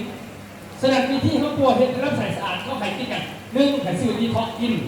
ถ้าดีท็อกไปอยากกินธรรมศาสตร์ต้องกินหมากใหม่กินผักเขาให้กินหมากใหม่ผักไม่ใช่เขาว่าถ้าจะอย่างนี้กินหมากใหม่ผักกระไรเลยพี่แจ๊คเขาจะบอกเขาเลยเรื่องมันให้รับใส่เขาสะอาดแล้วก็สะดูซึ่งต่างๆอะไรไว้นะ2ประเด็นเขาเรียนกาแฟเพราะอย่างนี้มันเป็นไข่กินกับน้ำอุ่นมันจะซอยอะไรขนาดตัวนี้มันจะนวดบำรุงเลือดพวกทักเซาอัลฟาฟ้าบำรุงประสาทสะสมสกัดอยู่ได้นี่นะตัวนี้ได้กันเป็นกาแฟจะชนจะกาแฟพิเศษน้อยนึงพอมาเขาเนี่ยให้มันกินง่ายใส่ง่ายแต่ขายง่ายคนอื่นไปขายก็ได้เขาไปอยากเก็บเป็นขวดจน4มากมันขายง่ายอันนึง4 5 6 แสนมันก็ยากกันหน้าบาทเท่านะเอาแบบง่ายที่เขาสื่อกันได้ก็ได้บาทให้จะได้บาทนี่เห็นป่ะตัวนี้เนาะผู้ได้เหมาะสม1นี่เป็นเบาหวานก็กินได้เด้อแต่บริปัวได้มันฝืดฟูมันระบบก็คือตับอ่อนเนี่ยมันซอยๆฝืดฟูแห้งๆไปหมอน้ำทำไมนะเพราะว่าหมอเขาต้องคุกนะดิอันนี้คือบอกแบบเข้าใจกันตรงๆเรื่อยๆพอเขาจะสมัครไปบอกได้ป่ะกินก็มันมาปะพวกขี้ตัวเนี่ยเขาจะบอกมันบ่มีนั่นแหละก็จะมีห้องหมอไว้บอกที่เขาจะบอกให้เขาใจชุดนี้นี่ก็ตอนที่ยันมาบอกเป็นเดิม เฮ้ยมันก็เบาดีเนี่ยแต่เขาเฮี้ยนมากเบาเนาะแล้วคนก็เฮี้ยนมากแบบนี้แต่เข้าใจแบบนี้นะแต่ผู้ฟังก็ต้องเข้าใจเหมือนกันบ่เป็นเราบอกไปแล้วผู้ฟังมีอคติอยู่บ่ได้ครับเข้าใจนั่นน่ะแสดงว่าตัวนี้เนาะของเราเนี่ยมันจะเน้นทางบำรุงสายตากินน้ำมื้อเช้าถามเป็นโรคกระเพาะนะขาเป็นโรคกระเพาะอยู่ให้กินเขาวันยังกินฟรีเนาะเด้อกินนี่มันจะแสบพร้อมอยู่แล้วตัวนี้นะลองซิมมาเลยแต่ขั้นเราไปกินฟรีมันจะโปรแสบไปเลยดอกเพราะว่าคนผสมแบบจางๆนิดหน่อยถ้าเราซื้อนี่มันจะแสบกว่านั้นเป็นอย่างว่าผสมตามใจมันก็แสบต่ออันนี้เนาะที่บอกเราตรงๆประมาณนั้นกินเนี่ยมื้อเช้าบำรุงสายตาบำรุงสมองเนาะบำรุงสายตาเขากินนี่มือหนึ่ง2 มื้อเนี่ยกินซองทมิตรอุดมศาสตร์ซองที่2นอนกลางคืนตื่นสามารถกีตาพุเด้อบนต่อมากินแต่กีตาร์นะแต่คนดีบ่เป็นไหนสมุนไพรทุกตัวมันไล่ออกค่ะคือพี่ปอกเขาถ้าหมอก็ต้องไล่ออกนะครับถ้าหมอไปหมอเขาบอกไล่ออกเด้อเขาบีบลงให้เขาจะเสร็จมันบีบลงแล้วตีตายแล้วมันมีขาดอยู่หันกันนะแต่พอผ่าตัดตึงออกสีหน้ามันต่างกันพอจะไม่จะไล่ออกไปหาหมอมันจะไล่ออกนี่การมันไล่ออกเด้อพวกแกกินต้นเทียนมันจะฉีดอะไรบำรุงเลือดกินต้นน้ำมันแรงผิวพรรณดีผมเป็นน้ำนี่ได้มันเป็นน้ำเข็มนาฬิกาของชีวิตเนาะมุ่งในทางการทำงานได้ดีเมื่อทำงานมันก็ตอบสนองทันทีสนับสนุนได้แสบตาโมตาเจ็บหัวขับเดียวท้ายบอคอยถนัดหรือว่าเมื่อยง่ายเดือดร้อนวัยรุ่นกินนี่กินยังไงคนได้มากินเหล้าแล้วก็เมามากคนจักอีนูอีนี่ส่งกินเด้อคือว่าเมามากไปมักปาร์ตี้มาร้ายกันเมาค่ะแต่ลองตอนเมาต้มน้ำหอดเอามาใส่ฟองหนึ่งเป็นจึ๊กแล้วก็จะกินเด้อ10 นาทีเด้อต้องเมาให้เขาเห็นใครไม่รุ่นเด้เขาจะไม่รุ่นได้เดี๋ยวสัตว์มุกไม่รุ่นหลายไม่ได้ขายเอาแบบก็ไม่รุ่นเนี่ยผู้แสบผู้สาวเขากินขนาดไหนกินเอาคนเมาออกเราบอกให้มันขาดในตับนะแต่ขั้นคนเผามันเอาแสบพื้นแสบตาลำไส้บอดี้ให้กินน้ำมือสาวกับน้ำอุ่นเด้อเอาอุ่นทำให้กินได้นะแต่บางคนเขาไม่เคยกินกาแฟจ้าเถอะถ้าเขากินมันเกิดอันนี้มากเสียจังใจที่บอกเขากินแบบปวดว่าเขาจะแก้ยังไงบ่ต้องทุกหาเขาหน่อยหรอกมันมีวิธีแก้ง่ายๆกินเพราะว่าเขาไม่เด็ดต้มน้ำหอดเพิ่มกินอุ่นตามเห็นหรอเพราะนั่นแหละมันแก้เองวะผมเห็นมาหันง่ายมาให้คนไปบอกต่อง่ายๆดีกว่ามันเสียทุกอย่างเพราะมันเป็นยาลวงเพราะเดี๋ยวนี้ตกแผลตกยังมากมันจะเป็นเอาน้ำอุ่นไปแก้เมย์อยากกินที่รักฟังเบาไม่ได้ยากนักยากนี่คือยาที่ยังแก่ในเมื่อไหร่พอเดียวคือตอนผมมีเพื่อนมันยากเราต้องไม่มีเอาพอดตัวนี้เนี่ยราคาเท่าไหร่ดอกเราฟังเนาะราคาเนี่ยค่าราคาขายมันนี่350 บาทคันเงินเหรียญตัวนี้มันก็แพงประมาณ200,000 เนาะถ้าเป็นเหรียญตัวนี้นะแต่ว่าเข้าสุขขายจังชันวันนี้เขาสิขายแบบบริษัทตัวเองขายแบบว่าเขาได้กินได้ใส่เพื่อว่าตอนหนาไปที่เขาได้มาหากันตึงเขาขายกันแต่ราคาส่งมัน160,000เนาะ160,000 กีบส่งเขาหน้าแต่สิบขาย160,000เนาะสิขายให้ได้140,000เอาราคาที่แบบเอาเขามาจากบริษัทเขามาด้วยนะเพราะว่ามันมีกำไรเขามาขายบ่ได้เพิ่นมาขายมาส่งเพิ่นก็บ่ให้แต่เพิ่นมีน้ำมันโดดติอันนี้บริษัทลงเองกับหน่วยงานเอกสารอะไรก่อนบอกขั้นเช้าภาคดู10 เดือนก็ไม่พอง่ายๆเลยดูว่าขึ้นยังไงทุกต่อทุกเราบอกว่าอย่างเพราะว่าแบบว่าไม่ได้งานเลยอันนั้นตัวนี้ใหม่แต่140,000 กีบก็ซื้อ10 ถุงแถมให้1ในพอจะเหลือแถมสักไหนเราสัก10 ผมเป็น10 คนเดียวได้พอนึกยามันนะครบ10 ผมให้1ครบ20ให้2นี่ก็ถึงแล้วประมาณนั้นนี่แหละอันนี้ตอนข้าพเจ้าจัดงานอยู่กระทรวงสาธารณสุขอยอันนี้อาจารย์บุญเกิดเด็กนักข้อเนี่ยในเมื่อได้นี่ออกรายการต่างๆกับ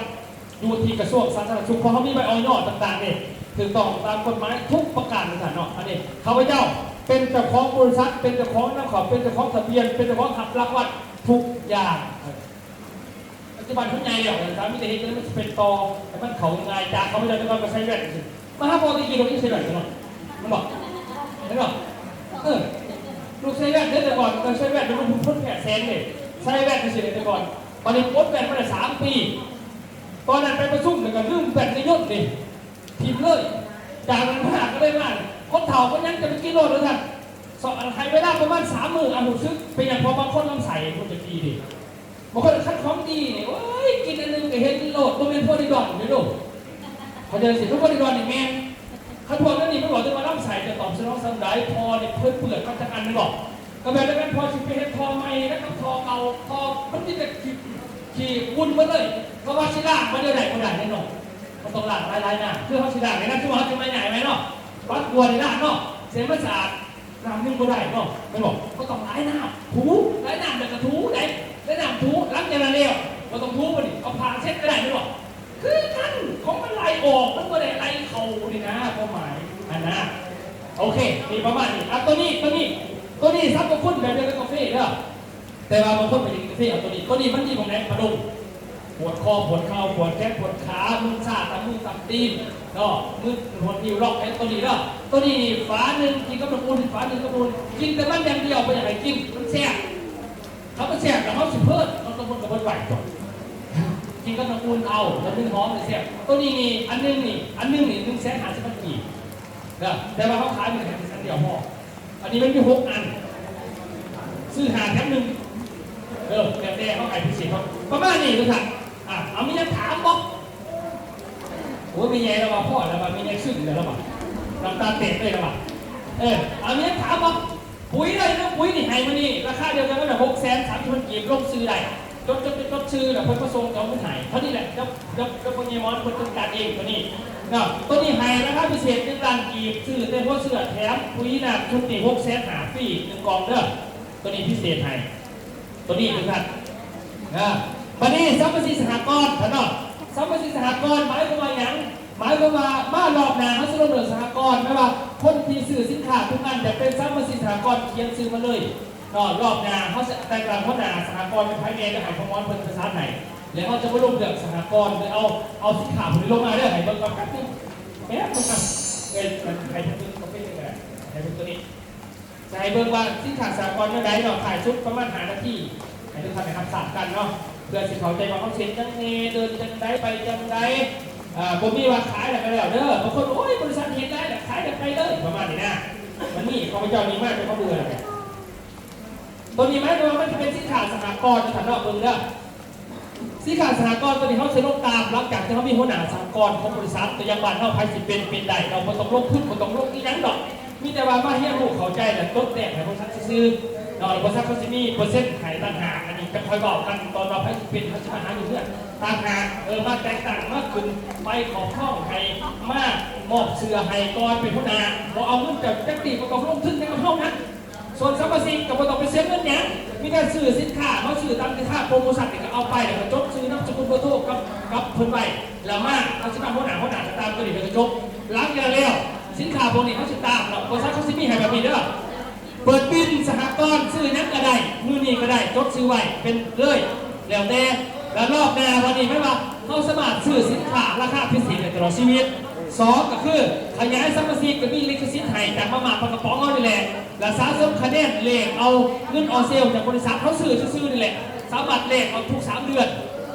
พวกนี้ไม่มีหายเด้อแล้วมีเขารวมสังคมซึ่งเรื่องพิเศษก่อนนี้สมรภูมิเท่านี้ผู้เล่นกระตามเสียชีวิตบริษัทจะซอย1 ล้านถึง5 ล้านกีบตอนคนเสียชีวิตในสมรภูมิเท่า